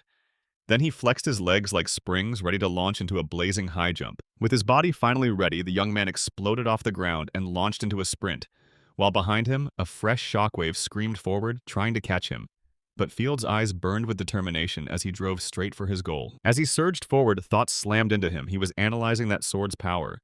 The light sealed inside its blade, and he knew if he misjudged his strike's strength, his own soldiers would pay the price too. So he shoved that worry aside for later. He hoisted the legendary blade high and slammed it forward, triggering its power light, erupted from the sword like a blazing dawn. The young man snapped his blade through the air, smashing the trees ahead and chopping them into splinters. Then he drilled it into his own mind. Don't stop, keep striking. Once his will was locked in, Field drove in another brutal, high-power slash. Excalibur slammed in so hard it snaked straight to the monster's face in seconds, and without a chance to dodge or block, it just stared in horror as the cut raced toward its wide-open eyes. The blade lands dead on in the monster's eye. Boom! A blinding wave of pain hits it. It snaps its razor-sharp mouth wide, and a gut-wrenching scream tears out of its throat as it crumples to the ground. When the blow finally landed and the monster staggered, the Elven Army's soldiers perked right up, then erupted in cheers, shouting that even with a beast that big, they could still land wounds and beat it. Captain Aguet didn't join the cheers. He stared at the wounded monster with a weary, grim face. And in his head, he couldn't stand behind a single word the other elves said. Even though the monster was down, it wasn't beaten. It shifted its body, shoved its mouth forward, and locked onto the warrior and soldiers with blood-cold, evil eyes, craving revenge. And one thought hit him hard. It was way too soon to celebrate a defeat. Field sprinted through the forest brush, eyes sharp as he raced through every detail, and when he checked the blade of light in his hands, it only sliced through the monster's outer skin. The young man scanned the field, heart racing, already plotting his next move because he knew he had to come up with something new to beat that monster. With his blood pumping and the world blurring, the fearless kid launched at full speed toward the monster, gripping the legendary sword like it was his lifeline. He slammed a brutal strike into the monster's body, and the inside of its shell erupted into loud explosions until its whole structure shattered apart. And it didn't come without a price, for Field. Rough rock split under him, crumbling fast. But at the last second, he snatched onto a piece of stone with his fingers and barely avoided the fall. With a brutal cry, Field hauled himself up to the surface, gripping the rocky shell like it was life itself, then snapped that fighting the monster in sheer endurance was a dead end and ordered them to slam its weakest spots. With everything he had, the young man slammed the monster again using the legendary elven sword. Pouring its full power into the strike, Field had finally shattered the stone shell, but now the blow left him exposed, his footing crumbled, and he started to plummet. After messing everything up for himself, the young man started slipping into the unknown then. Right under him, a monster's gigantic mouth yawned wide, snapping to swallow him and try to escape the danger. With a brutal roar and a smug grin, the monster snapped open its jaws and swallowed the young man whole, stretching every inch of its body to do it. The Elven army tracked every moment as it unfolded. Lunasis screamed in panic, refusing to accept what she was seeing, her terrified face contorting as she shouted out that name. Suddenly, the monster's shut mouth lit up, and an unwavering voice blasted out like it had made up its mind to lock onto the legendary blade. With fire in his eyes and grit stamped into every line of his face, Field blurted to himself that the monster inside couldn't possibly be as tough as the shell it hid behind. With everything he had packed into his legendary elven blade, the young fighter hurled a blazing beam of light clear across the monster's insides, mowing right through its massive snow-white teeth as it tore forward. Field slammed his ultimate holy destroyer, and the monster's mouth flew wide open as a blinding beam of light erupted from within, blasting in every direction. The legendary elven sword unleashed a beam so brutal the monster couldn't even hang on. Its towering body got split clean in two, and both halves erupted with a blazing snow-white glow. The elves stared at the battle in pure shock, then broke into thrilled gasps, faces lighting up as the crowd screamed praise, saying the field had actually beaten the monster. The monster hit the ground with a brutal crash. Right then, the elven soldiers huddled and cheered each other on, shouting that the field had crushed it. One voice blazed with pure joy, yelling that the young man had actually slain the creature. Only Luna's sister didn't share the cheer. She stared upward with wide, awestruck eyes, scanning the sky's towering heights, and the elf's face twisted with fear and worry for the young man. The girl demanded to know where he'd be, and right then something tore out of the sky, dropping toward the ground and the forest clearing faster and faster. That mystery thing turned out to be Field, and he's plummeting straight to the ground at top speed, body wrecked after going all out, riddled with pure fatigue and bone-deep exhaustion. The young man drops fast, his sword whips through the air beside him, slipping out of his grasp.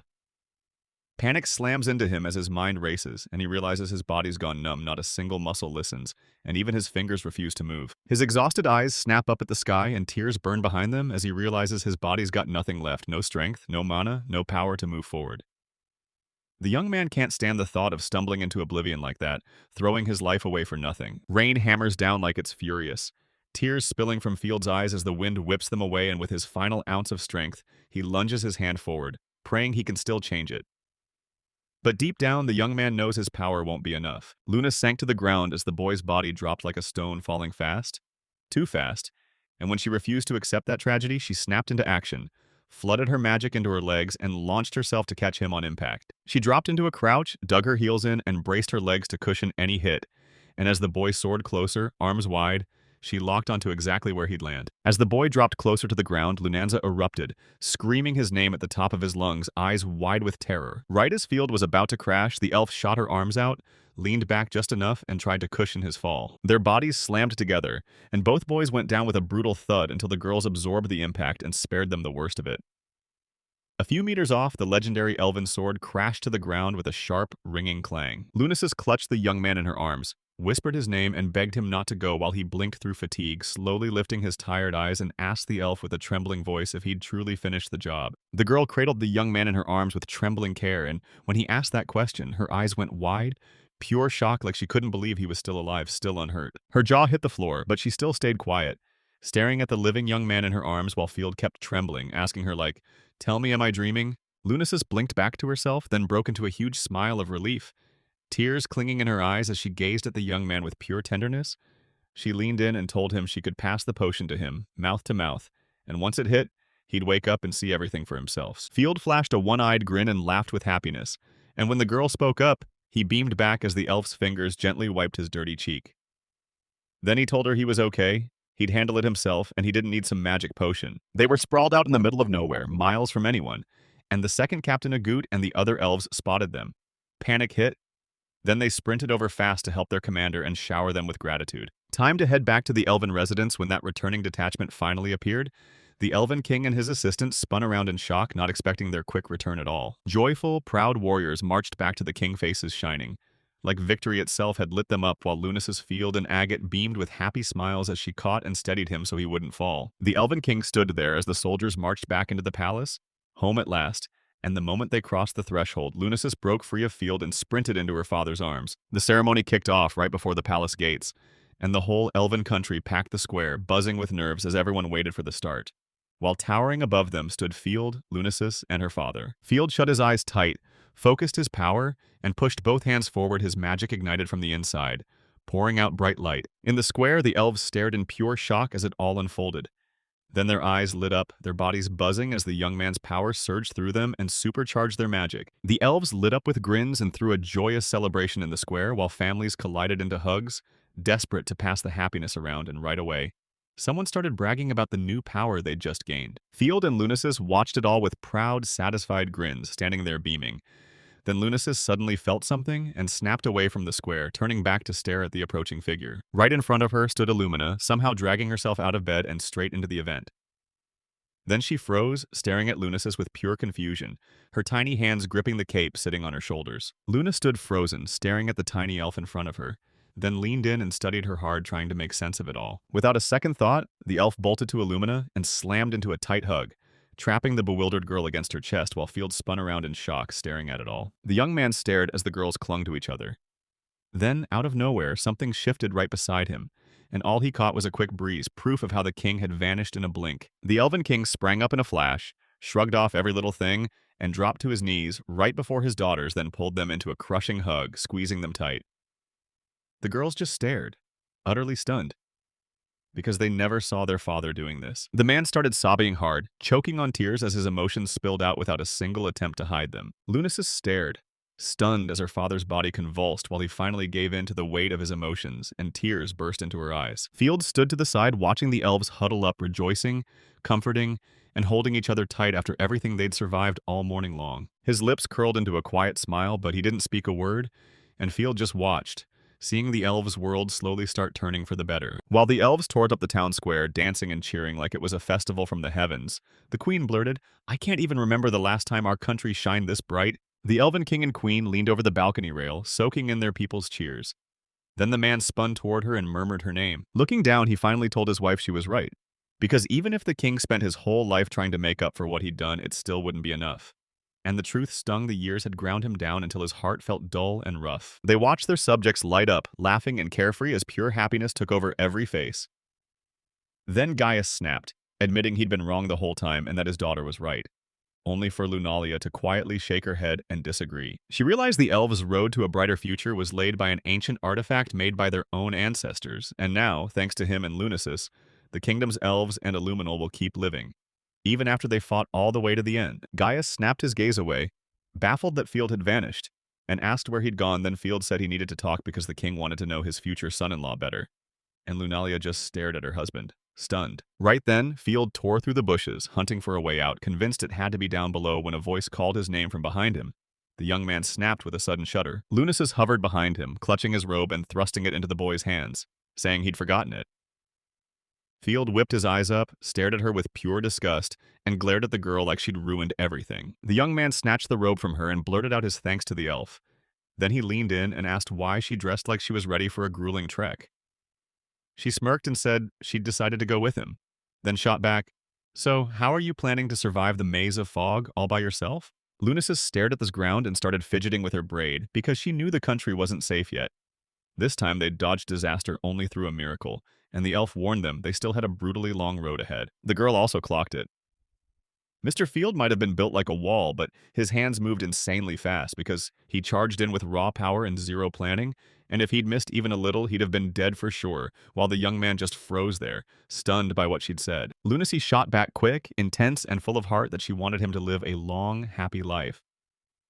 Then the young man shrugged and asked what she had to worry about, because the elves' country was in desperate need of his strength. Field leaned back with his hands behind his head, totally relaxed, waiting for the girl to speak. Then Lunasis cut in with a short, hard certainty he was wrong. The young man whipped around because the elf standing right in front of him snapped that her worry wasn't fear at all. She just wanted to be with him, even if their time together was only fleeting. Luna went quiet the moment she finished her words, staring straight at the field. Then her lips curled into a gentle smile and her eyes lit up with warm, soft kindness for the young man.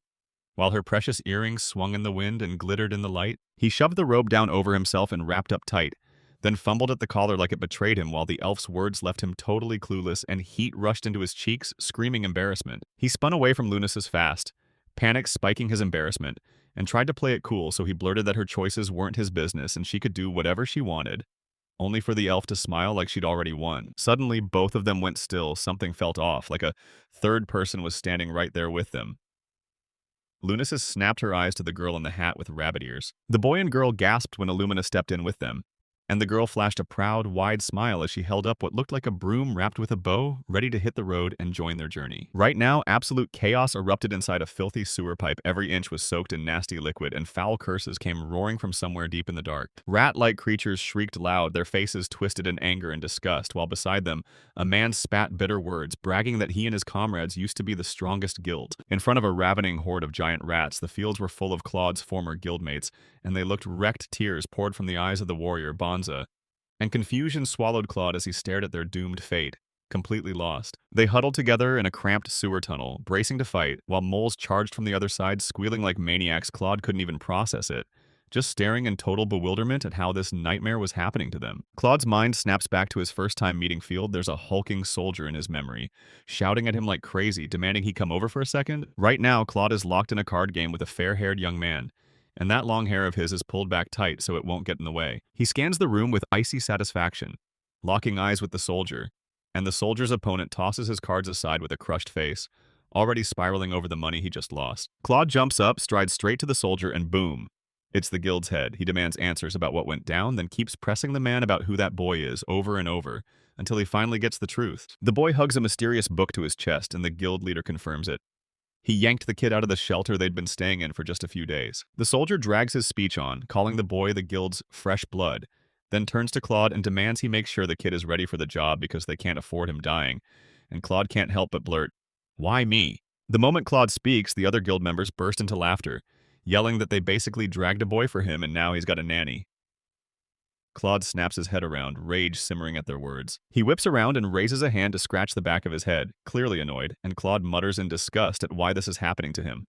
Then he snaps his focus back to the boy and demands his name. The boy grips the book he brought like it's his lifeline, stares up at the man with wide, shaking eyes, and blurts out, "My name is Field." Claude tumbles back into the brutal truth of his memories, bruised head to toe, a huge swollen lump on his cheek, and someone hauling him down the street upside down, nearly passed out. Every guild member trudges down the empty city street, stomping gritty footprints across the tiles as dust clings to their clothes and defeat weighs on every step, hunting for a place to crash for the night, while a heavy soldier trudges along beside them, cloth slung over his shoulder. Claude slowly snapped back to his senses, then someone screamed it out, and right away another guild member barked at him to move faster, warning that if they were caught on the streets, trouble would come crashing down. The guild leader grimaced and groaned, his arm throbbed with agony, and his face felt wrong. He wasn't exaggerating either. Blood spilled from a nasty wound in his arm, and the damage looked brutal. Dorothy leaned in, her voice trembling, and demanded, had he really already forgotten everything that happened to him? She told him how a giant rat ambushed him in the sewers and made him deal with its terrifying threat. Claude only shrugged as he repeated the giant rat story, and Dorothy snapped. She lunged at him and demanded answers, raging that they took the case because he promised it to be easy. But in the end, he barely survived getting almost eaten by rats, so they were forced to fall back. The witch kept grilling him, screaming that he was the one who ruined his own face because Claude was the one who lunged at the client with his fists and he only fought back to survive. If the military police hadn't shown up, he wouldn't have made it out alive. Dorothy said she'd already warned them not to take jobs from other adventurers, but they still got snapped at. Someone called her out for agreeing in the first place, and another told them to stop bickering. So the witch cut in with another savage rebuke, and Claude just stared at the ground, crushed. The guild leader spat out a harsh verdict they'd blown the mission, and then all four of them rushed up to the house door. The door swung open, and Bonza strode in with cloth on his shoulder, only to get hit with mocking jeers from the people in the room as they greeted the guildmaster with pure sarcasm. Right in front of them, a bunch of thugs lounged there, guzzling alcohol and doing absolutely nothing. Then one of them leaned in, mocked the guys who came back, and asked where they'd scored an employer, only to wave it off like it meant nothing, because all he cared about was money. The four members started climbing the stairs, and the men jeered as they lifted their glasses, roaring out a toast to their guild. Dorothy shot a venomous, contempt-filled look at those drunks and flat out called them freeloaders to their faces. She pressed on, telling them they'd stay right here in this house until every last dollar dried up. Carl watched it happen. Anyone who chose to stay in the guild had the same kind of drive, and then he leaned in and told Claude to sit down, promising he'd handle the treatment. Claude met him with a wounded hand as the monk grabbed it, then unleashed healing magic to seal the damage. His palms erupted with magic as he cradled the man's hand in both of his, then pressed in gently, forcing the wound to heal. Carl blurted out that nothing was working, yet he still insisted they'd given it everything, while Dorothy stared at her own palms, bitterly realizing that, like she feared, every last spark of strength was gone. She then clarified they'd only bounced back to their original level. Claude shot his hand out and stared. The bloody bandage had slid off, exposing a big, nasty wound beneath. Carl pulled his hands back and blurted out that he somehow managed to stop the bleeding. Then he urged the man to skip the shortcuts and head to the clinic to see a normal healer. Seeing Carl all wound up and Claude slumped there with pure, crushing defeat, Dorothy snapped, flared up, and screamed that this whole mess was total nonsense. She shrieked even harder, swinging her arms wildly, and the witch snapped back, who came up with that idea that once you bounce back to your starting level, you suddenly have room to grow just because you can muscle through tasks, so you're already forgetting how to fight for real. Dorothy kept shouting that wiping out rats was a beginner's job, the easiest thing ever. Then she snapped that Bonsoi got terrified and screamed, which somehow made the rats go wild, and he just stared at her with a sad, defeated look. Bonsa started talking fast, insisting he had no choice, claiming they'd all been strong before, so this kind of trouble never showed up. And besides, they had solid magical backup and a huge stash of healing magic. Then he yanked out a plain wooden bat and kept badgering Dorothy to look at it because it was the only gear he had left. Bonsa swallowed his sadness and realized he couldn't even breathe easy anymore, and Carl listened to his comrade's gripes, nodding along like he'd felt the same weight. He said Bonsa was never really strong to start with, and that detail totally slipped his mind.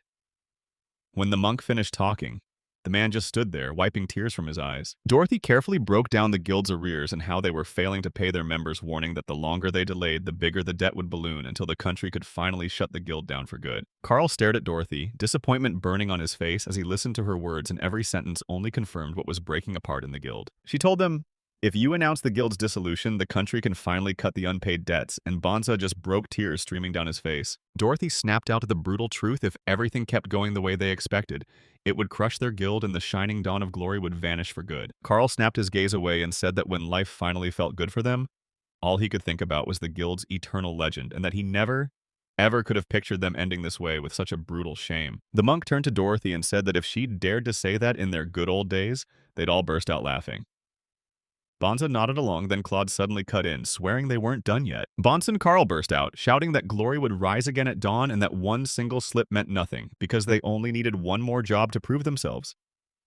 Then he stared into the wilderness, and even the monk called him out. Claude kept pressing on, steamrolling past everyone's hesitation, yelling that if they only pushed harder, their dreams would finally come true, until Dorothy snapped in, cutting him off mid-sentence and dragging his name out slowly. She begged over and over for him to come down to earth. Claude went stone still in shock, gripping the wrist of his injured hand tighter with his fingers. Claude started trembling with pure excitement, blurting out that this couldn't be the dream they wanted, and declaring they'd never waste the dawn of glory like that. They'd forged the best guild the world had ever seen. Dorothy yanked a long strand through her fingers, brushing back her hair as she calmly pointed out, this was his dream, not theirs. Carl pushed back, saying there was no way this could keep going, while Bonsa buried his face in his hand, muttering that things looked so perfect only because their luck never ran out. And because they'd built it all without even realizing it, like that they'd been blindly confident the whole time. Carl nodded along for a second, then Bones' words hit like a punch. Claude's eyes blew wide, and he refused to believe a word of it. Dorothy started rattling off, almost like she didn't care, that the guild's running costs were through the roof and they couldn't cough up the money right now either. Then she flat out said they didn't even match the hype of the best guild description. The witch crossed her arms tight over her chest in the dim hall and said, "So, at least be thankful you made it this far in just 3 years." Claude blurted out, totally lost, and demanded to know what they'd do if the Dawn of Glory Guild vanished, because without it, they'd be stuck with nothing they could do. Carl looked away and admitted with a sheepish grin that he'd been secretly dreaming of opening a massage therapy office, and yeah, he couldn't deal with wounds, but he could absolutely crush the pain in your hip or back. Bonsa grinned and said he was thinking of heading back to his hometown because his mother was stuck alone and that worry was eating at him. Someone asked what Dorothy planned to do, and the witch rubbed her hands together, snapping that she was sick of being a magician. Those useless spells were helping nobody. She struck a chic pose, smiled at the thought of how charming they were, and then Dorothy set her sights on landing herself a rich old man.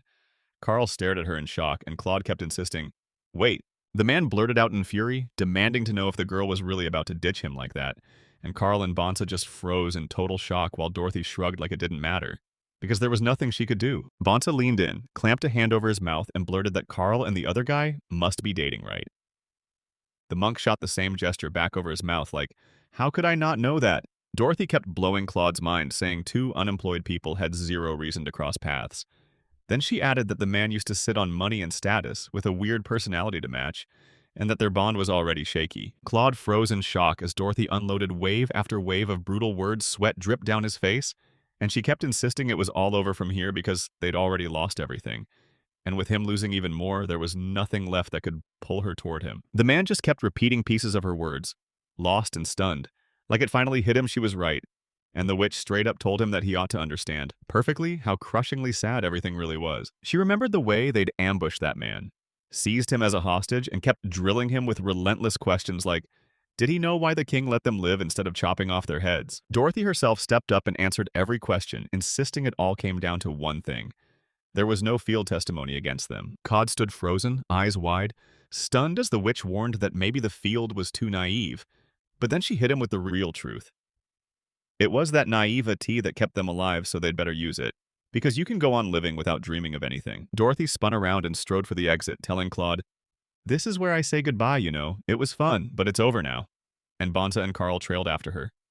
The monk bowed, thanked Claude, waved him off, and said he'd be going too. Claude gripped the armrests, slumped so hard his head hung low, while Carl barked for the bones to take him to the exit. After a brief pause, Claude nodded and followed. The warrior confessed that he'd been squirreling away money ever since their guild was thriving, and when the dry spell hit, he couldn't work at all, so he poured every ounce of time straight into being with his mother. Bonza told her he'd have been sending letters, but his chest still felt crushed. Carm remembered that man warning her health was failing, and the warrior nodded hard. Her hips were giving her trouble. Then Claude snapped his hands up, grabbed his head, and bowed it low to his body. They were almost at the door when Carl blurted, if you're ever in town, me and my mom will stop by. Plus, I'll give you a massage. Bonta thanked him like crazy. Just as they were about to leave, Claude sprang up from his chair and bolted after them. Bonta grinned wide, staring at the bright future ahead, and once the money ran dry, he knew exactly what came next. He'd work as a farmer for a neighbor. Because in his second life, he didn't want a gun anymore, he wanted to swing a shovel. That grin stretched ear to ear as he decided life like this wouldn't be so awful after all. Then Claude stood right behind him, gripping a razor-sharp knife in both hands, and with a hard, grim stare, he slashed down with a gram and made a brutal thud ring out. Down in the guild, the drunk members clinked glasses and cheered like crazy. Then one guy spotted the guild leader stepping in, raised his voice, and demanded, so you're really splitting the money the old way up there? He clinked his glass and flashed a grateful smile, thanking him for the guild's non-stop effort to look out for every single member, and right then Claude just strolled past, cool as ever. The man froze, yanked his smile off his face, and stared hard at the guild leader as he walked out while Claude slipped toward the door, gripping a bloody knife beneath his cloak like a secret. He grinned at him, took a long sip from his mug, and couldn't shake the feeling that the chief was weirdly quiet today. Then a scream tore through the air from up above. The man choked on his drink, eyes wide with shock, as a shrill scream blared from above, summoning him over. One of the drunks stumbled up the stairs and demanded to know what went down, but at the very top, a man with tears streaming down his face was rambling like he couldn't stop saying all he wanted was for the guild management to cover the drinks before he started urgently begging them to call the military police. The guild members sprinted upstairs, and there it was, an eerily still hand with manicured fingers sprawled on the floor, soaked in a spreading pool of blood. When they stepped inside, a brutal sight hit them, 3 lifeless bodies sprawled in pools of blood, and not a soul else was in the room. The men at the entrance froze, staring in stunned disbelief. Bonza, Carl, and Dorothy were already gone dead then.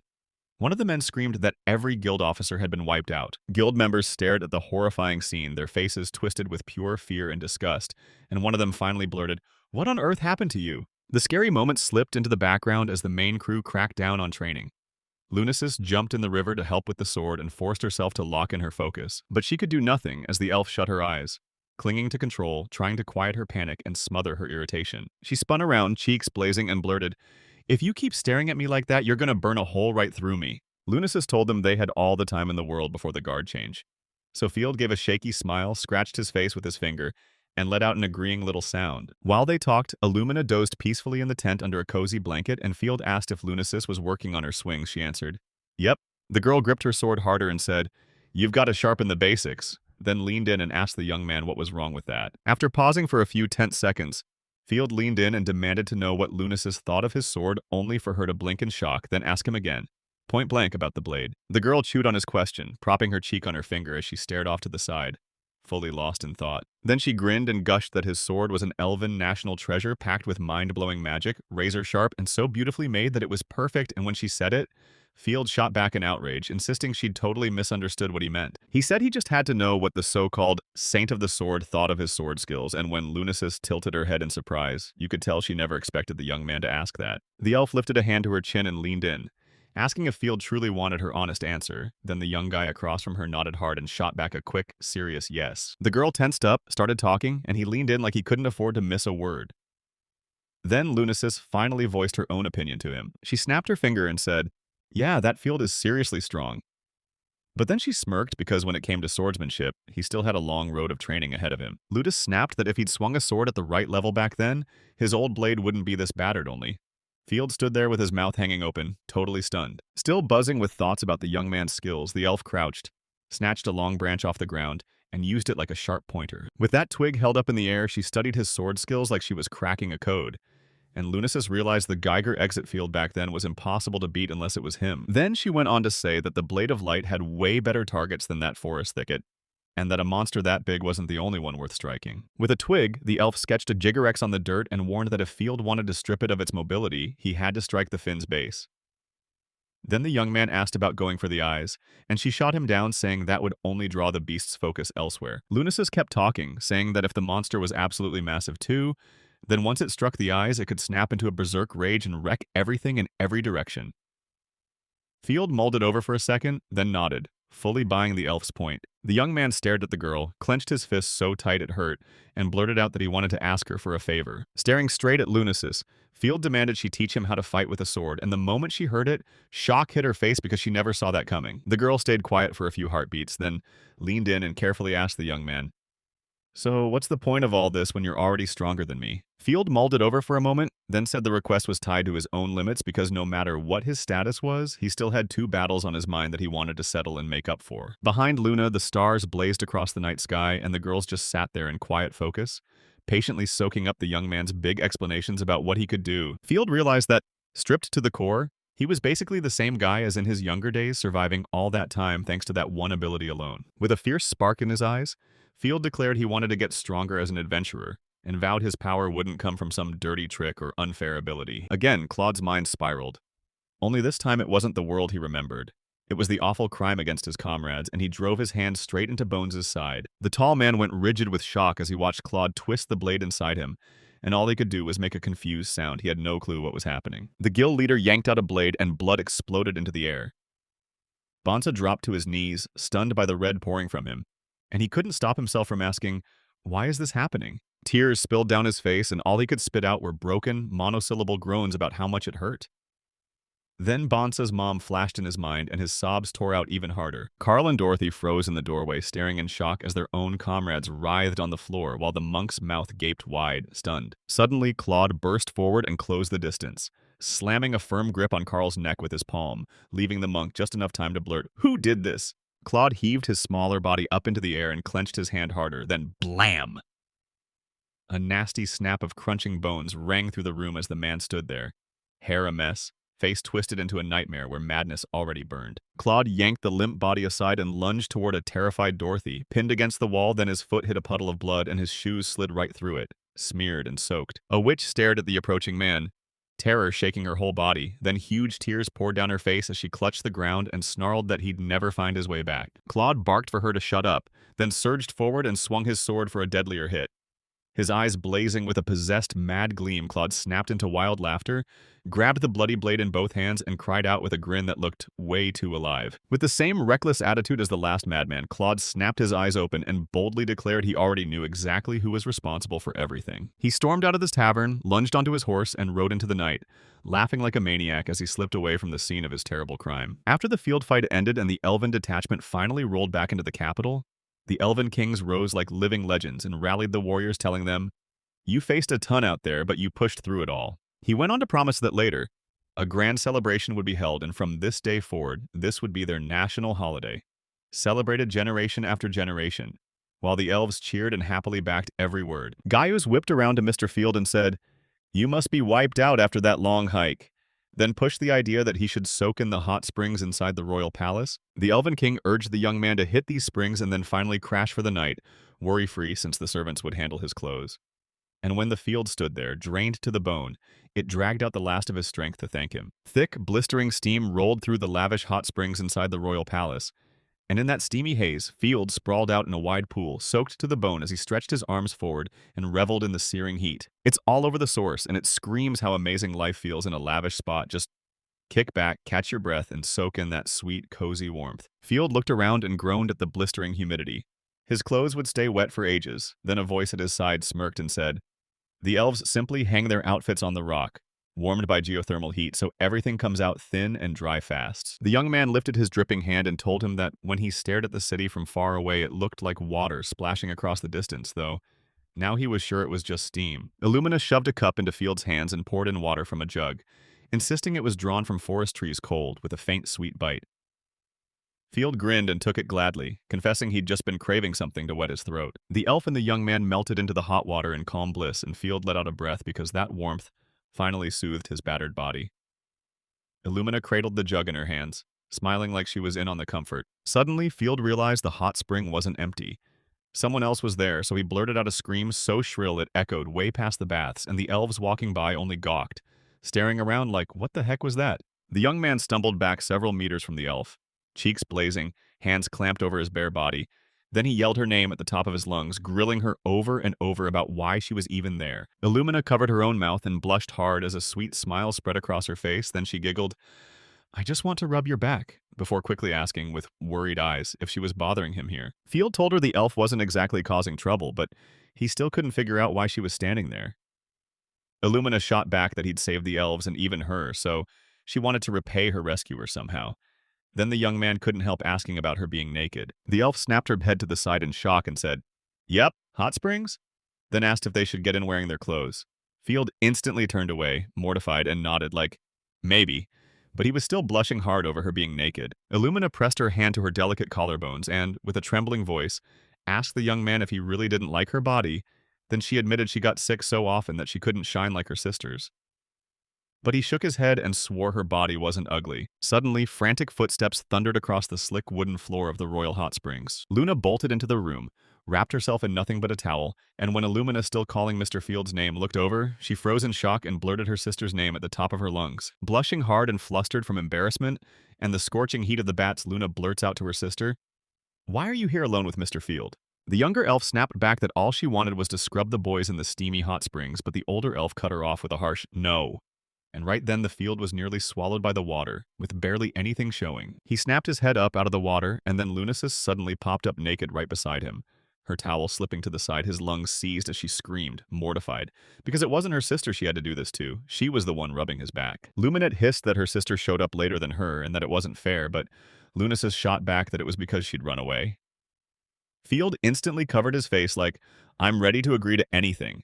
Because seriously, he just wanted the sisters to stop fighting over him. Finally, they struck an agreement. Field sat there, cheeks blazing with embarrassment, while Lunasis fanned his back with a towel and Lumina sat beside her with a bucket of water on her lap, smiling sweetly at her sister. With a huge, joyful grin lighting up her face, Luna asks the young man if he's happy with her actions. He snaps his face red again, nods, and blurts that yes, thanking her. The elf doused water over his back, rinsing the foam away, and Field couldn't believe it, because he'd never felt anyone wash him there before Lunasis.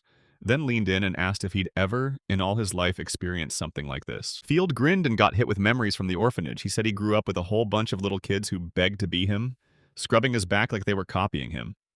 And then he let out a nostalgic sigh as those soft girl's fingers combed and washed his hair. She slid her fingers through the boy's hair so softly, and Lunas couldn't help but notice because she'd done the exact same thing before, rubbing her father's back the same way, over and over in his memory. With a bright smile on her face, she kept going, and something wild bubbled inside her, like this was finally a real family. She snapped back the moment she clocked what she'd just said, yanked herself away from the field, cheeks blazing, and started rambling that she didn't mean they should become a family.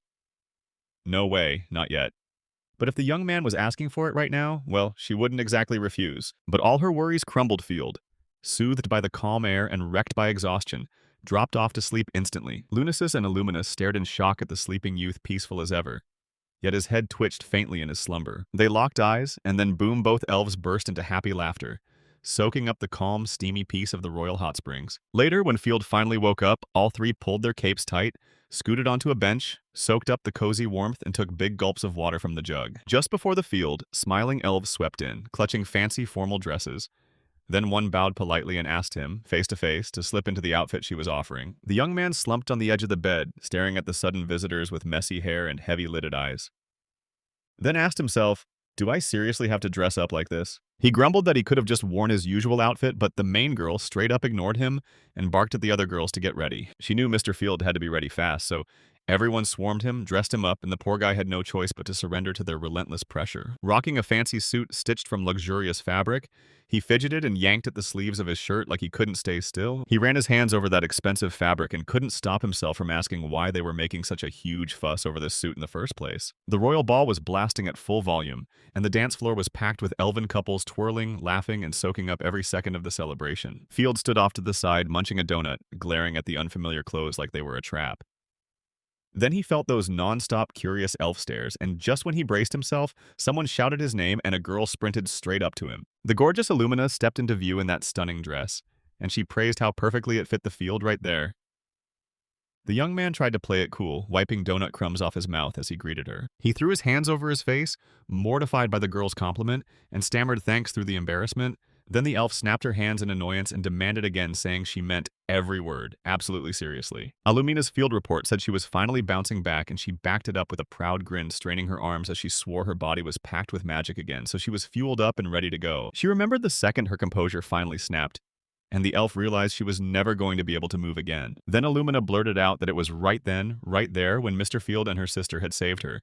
And the young man froze, listening while embarrassment flooded him as he rubbed the back of his head. Field suddenly snapped, asking where Luna's sis had gone, spinning his head left and right to spot her. Then his eyes widened as he realized she'd only just been standing right beside her. Suddenly, the elves snapped into a respectful bow, parting so the majestic king could stride past, and Gaius beside the young man barked his name. He lifted a hand to cue his subjects to rise, then leaned in and asked the field if he was having a good time. The youth nodded yes, and the king fired back that the feast was roaring, so he shouldn't hold back. Gaius dipped his gaze and realized the energy flooding that forest would last for 5 generations. And with real heart, he told the young man, "I mean it. I'm grateful beyond words because without you, we'd have been gone within a couple decades." Then the Elven King leaned in and said, "Sure, Field might think it's too small, but I've still got something for you." The young man's mind raced, trying to count what 5 generations of elves even meant. And when the gift was finally named, he snapped his hands up in disbelief. He blurted out fast that he couldn't possibly give him anything because the king had already handed the young man an elven sword, and that was more than enough. He even said the young man couldn't dare dream for more, but the king just swatted the words aside, dismissing the sword like it was nothing. Gaius plunged a hand into his robe and yanked out a stunning brooch, then cupped it in his palm so the young man could stare at its beauty from every angle. With the decorations and the shock still hitting him, he blurted, "What kind of brooch is this, and what kind of artifact is it?"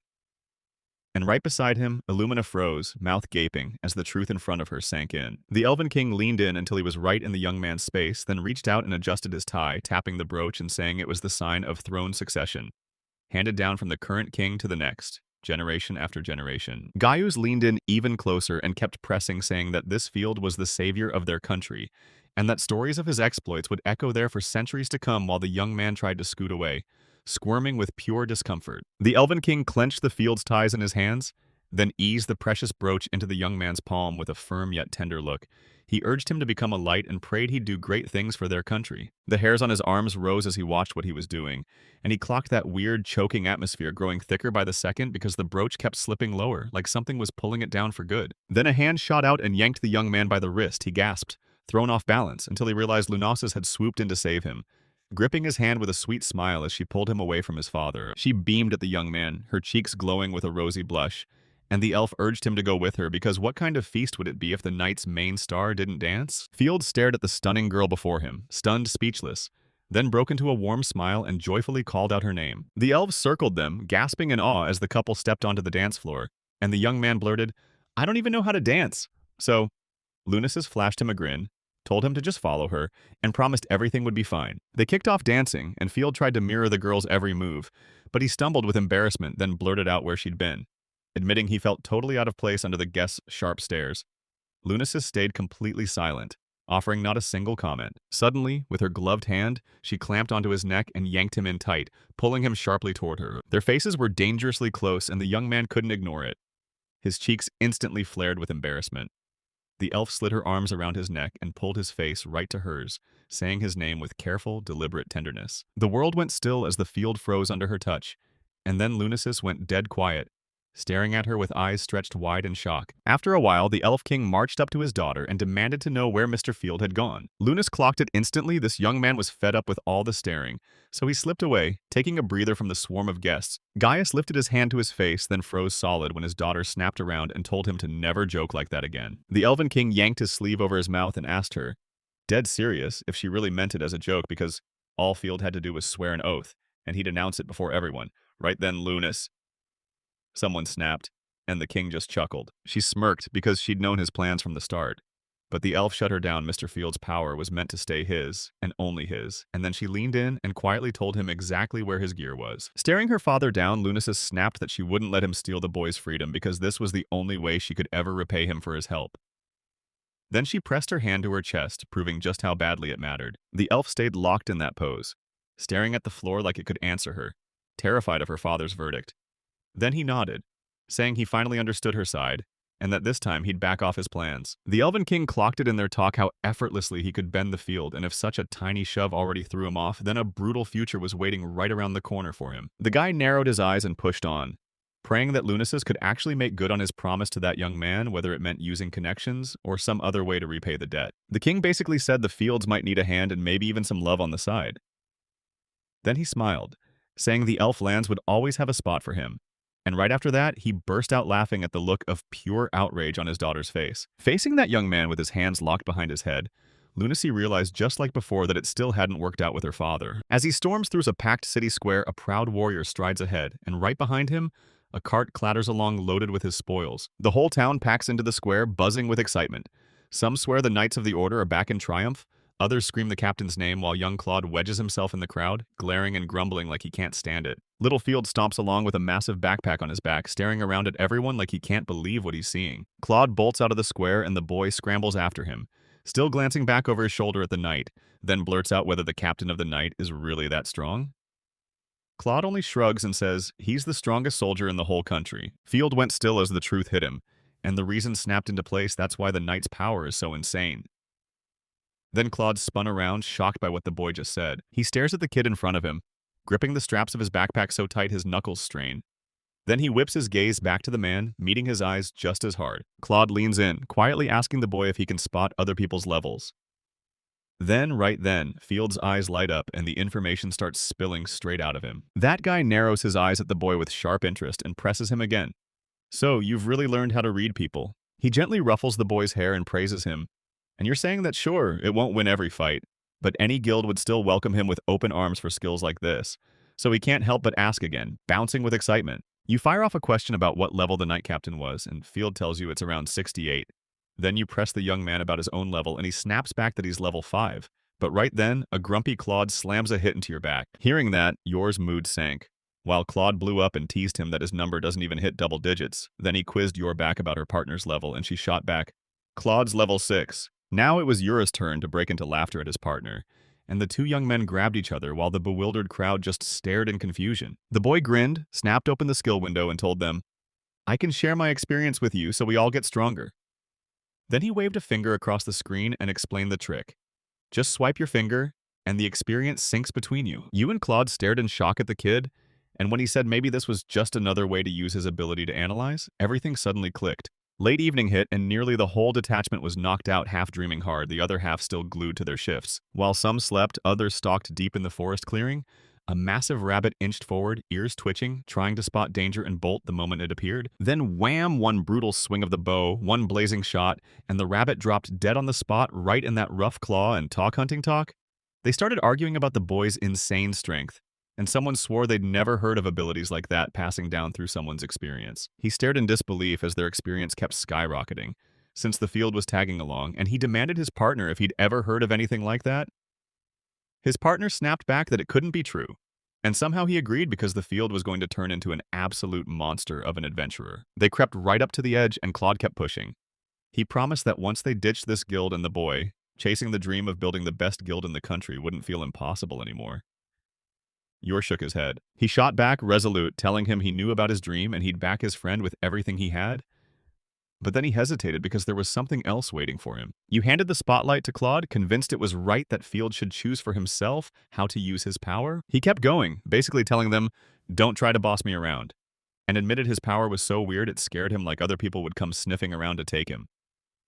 Claude lurked in the shadows, his face dark and impossible to read. The dark-haired man crept toward you from the cliff's edge, and when he saw the field was still too small, Yaj took a huge grin, shut his eyes, and swore they'd protect the boy. Claude seized the tiny gap in Yura's focus and shot his hand forward, shoving him off the cliff in one brutal move.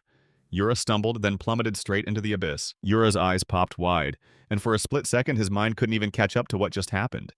He stared at his friend in front of him, stunned, and blurted out a confused question. Claude still held his hand out, staring back in stunned disbelief like, "I really did that."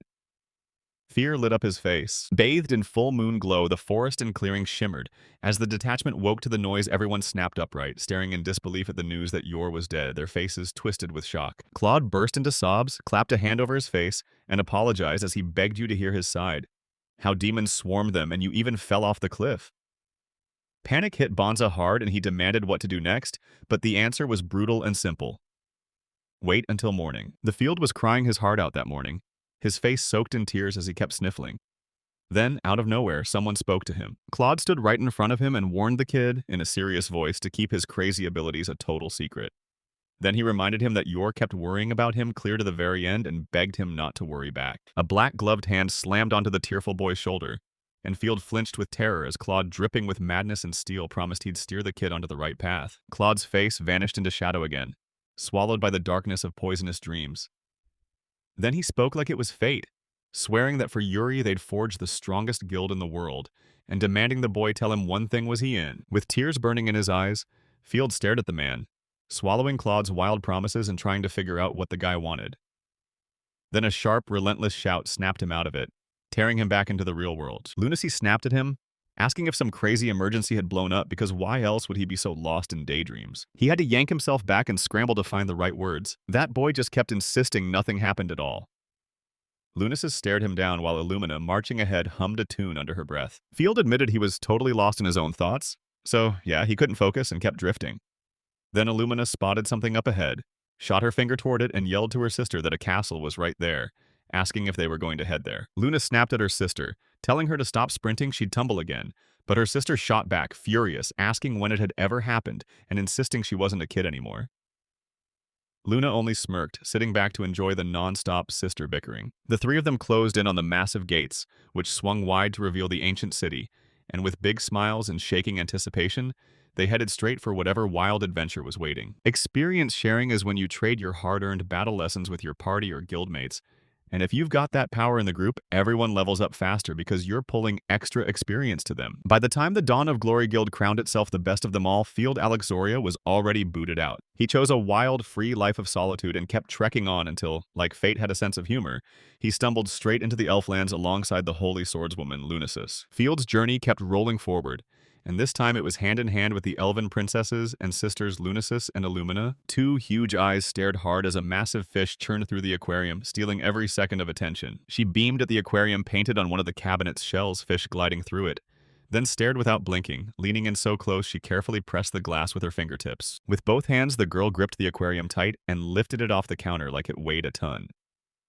Then, out of nowhere, someone shouted her name and she spun around, startled. Her older sister, Luna Sis, leaned in with a warm grin and told her to be careful. The fish were for sale, not for messing around. Aluminum shot back a quick, "Got it." The girl blurted that this was her first time seeing a human settlement, so she never even thought about it until her sister snapped her hand over her mouth, cutting her off, and Lunice called her to look at the accessories together, both on this side and the other. Illumina clamped her mouth shut and snapped with indignation. Like she was desperate to say something, Field just stared through the whole awkward moment. And behind him, the little man practically laughed because the holy swordswoman's sister was having a blast too. He admitted he never imagined the kid would team up with the holy swordswoman, Luna sees.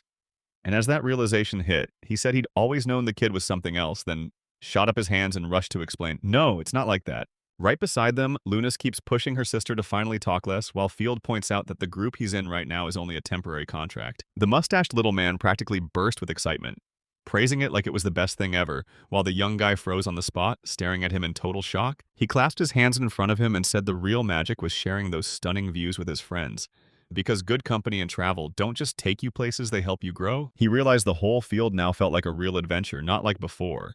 Then the young man straightened up and hung on every word. listening hard. Field said they'd only crossed paths a few months ago and that he was simply chasing the dream he'd always wanted. So when the man chuckled, he smiled it off, saying, "Time didn't matter. Most what mattered was the experience you earned." He slapped the young man's shoulder, then murmured that he'd been wrestling with one idea for ages. The man shoved right into Field's personal space, leaned in close to his face, and demanded the boy show him the sword hiding behind his back. He pulled out a special lens, leaned in close, and inspected the legendary elven sword resting on his table like it was waiting to reveal its secrets. He stared at the sword like it might bite, then gawked at its beauty and blurted, "Where'd you get work like this?" He scratched the back of his head, fidgety and unsure, and dodged the question with, "I was handed it for a bunch of reasons." The man raved about the sword's crazy detail and demanded to know if it was enchanted, then said dwarves usually made stuff like this, maybe it was one of theirs. So Field leaned in and asked it all again, basically repeating dwarves like it mattered. He pointed out that dwarves don't just work metal, they are born blacksmiths, and the armor they hammer is often packed with enchantments, which is why so many legendary suits are said to be forged by them. Even though the armor might look the same, the man pointed out that a dwarf's handiwork costs more. Field just awkwardly nodded along. Then Lunas slipped up behind him and, out of nowhere, asked if he wanted to hear about the land of the dwarves, jumping him clean out of his thoughts. The young man jolted with pure fear like his heart was about to rip out of his chest. Then he blurted, asking if she had to sneak up from behind for the move. The elf, smirking like she knew something, said he wasn't scared at all, he was watching for the gnomes. The girl's smile snapped wide across her face, and Field asked, cautiously, why she was grinning like that. Then Lunacies finally started answering. Then Illumina burst out from behind her and blurted, "The elves and the gnomes are tightly connected to the same country." The girl kept going. She said they were even close acquaintances of their father. So she and her sister had already met them too. But nobody saw this coming, and Luna's sister instantly spiraled into despair because she'd been dying to be the one to reveal it. Field said the gnomes weren't hiding at all, so he couldn't wrap his head around why everyone was making such a big deal out of it, while Illuminus just stood there grinning and snorted at the kids' words like they were ridiculous. She said that in the gnome lands where the finest craftsmen pack their workshops, there's a brutal entry system. And if you're Field, brand new and clueless, they'll turn you away on sight. Then Illumina blurted out, fast she and her sister could straight up ask the dwarves for a private meeting. His eyes went wide, like he couldn't believe what he just heard, and he demanded, "Wait, are you serious?" She grinned so wide it looked like a cut. Then she stared at him and asked, "Want to go there?" Field's eyes snapped wide the moment he pictured the dwarf country's glittering riches, and how that windfall could change his life for the better. Illumina burst out in happy cheers, saying everything was finally decided, while Lunasis just stood there crushed on the sidelines, watching her younger sister snatch all the glory. They said goodbye to the merchant on his shop porch, waving and grinning at him like old friends. The travelers broke apart. Lunasis walked beside her sister and demanded they get back to the inn before sunset, and Illuminum immediately asked if Field would come with them. The young man darted off the other way and just lifted a hand to say goodbye, while the girl demanded to know why she and him couldn't stroll around the city together and soak up how human settlements really work. Lunasis ignored her sister's words and grabbed her hand, telling her to hold on. Then Lumina's face soured when she realized, with annoyance, that she was holding her child again right there in the crowd. The girl kept snapping, insisting Luna's sis had to know exactly what kind of magic she wielded, and that as an adventurer, Luna could fight for herself. The older elf just exhaled, taking her sister's fury in silence. The older elf scooted closer with a soft smile and admitted she just wanted to hold hands with Illumina. Then she asked, "Couldn't we do that?" Luna stepped in, reached out, and admitted she'd been a little embarrassed about that moment with the Field. Then Illumina stared at the hand, stunned. After a quick think, the girl slipped her tiny palm into her sister's, and even she blinked at how easily it happened. Illumina snapped that if her sister said so, then there was nothing left to argue. Lunasis smiled sweetly, clearly thrilled. Her sister agreed. On the other side of the city, Field wandered around with his hands clasped behind his head, yawned wide, and decided to hunt for new shops. Then someone gave him a light poke on the side. The young man dropped his hands and spun around right in front of him. Stood a little girl, yanking at his shirt while sobs wrecked her, loud sniffling and all. Sniffling, the girl asked the Field guy where the flower shop was, and the young man just stared at her, totally thrown off. With both hands, he gently squeezed her hand, and she told him she already knew about his life as an adventurer, because behind his back there was a killer sword. Field steered the girl straight toward the flower shop, and as they walked, she shot him a question. "Have you ever killed monsters before?" And he nodded fast, then pointed out how massive the monster was. The girl went pale, telling him what her mother warned her, how adventurers sometimes start showing off by shrinking everything they carry, and that can wreck you. Field froze, then snapped, "So what did your mom say?" The girl nodded and told him straight up, her mom works as a secretary for a famous, instantly recognizable guild. The cold snapped through the Field as he tried to make sense of it. Then the girl kept marching forward, thumping her feet hard on the road. It hit him all at once. He suddenly remembered that kind woman from the Adventurers Guild, the one who'd greeted him like he mattered. Field stared at the girl in shock when she blurted out that today was her mom's birthday. She clutched a tiny bouquet, brow furrowed, begging herself to predict how her mom would snap back then. She blurted that she wanted to visit the flower shop, slipped out without a word. And now that silence is haunting her as she wonders, with a racing heart, if she's the one who's gone too far. A gloved hand suddenly landed on her head, stroking gently like a warm promise, trying to chase the sadness away. Field slid down in front of her, grinned, and insisted her mom wasn't mad at all, sure. She might be terrified for her. But once the girl apologized, forgiveness would follow, and that gift would make her mother beam. The girl pressed, "Is it really true?" And the young man nodded. And right then, like the universe decided to interrupt, some ragged kids started marching down the street past them. Strangers shot him dirty looks as he trudged along, rustling through the street and pawing at his bandaged arm. And Field realized her mom might be furious with her too, so she really didn't need to be scared. He grabbed her hand, begging to get the show back on the road because she already had the flowers. All he needed was a quick call to the guards then. With nerves clawing at him, he asked if there was a post nearby. Right then, a ragged stranger slipped up close, stalking down a tight little alley, and neither of them dared look away until their shoulders brushed. Field whipped around, then blurted out a frantic apology to the stranger after running into him, but he froze the second their eyes locked. Right there stood his old acquaintance, Claude, looking rough like he'd been through a storm. Both guys stopped dead and stared at each other. Claude spun around, and Field's surprise hit like lightning. He stared at him, begging for proof that the man in front of him really was Claude. His lips snapped into a brutal grin, and he burst into a loud laugh that sounded half crazy, like something feral had finally broken free. He greeted Field, and as he came closer, he said he'd grown into a real man. Now the young man shoved his hand over the girl and barked that she should go. Then Claude admitted he'd heard rumors about their little get-together with the Holy Swordswoman. The man launched into it. Field ditched them, and now he's always hanging out with some gorgeous girl while the two giggled, teasing. "So you really have it made as an adventurer?" The boy's face twisted with fury because they'd kicked him out for it. Claude kept tearing at his bandaged hand, and he said, "Since we last met, it's been chaos. The king wouldn't leave us alone. The guild got blamed and wiped out." Then he started naming the others and suddenly stopped dead. The silence hit him like a punch to the chest, so Field pressed again, demanding to know if he meant Dorothy and the others. And then he demanded the truth, what happened to them. Claude shriveled back, trying to hide behind his long, wild hair, and muttered that the guild officers were gone, then hunched in his filthy, torn black cloak, staring down the young man. Field pushed, asking if it was really true, and then his mind snapped into place. Everyone had scattered for good when Dawn of Glory crumbled. He clocked that they were a bunch of idiots, but that didn't mean they got to mess with him.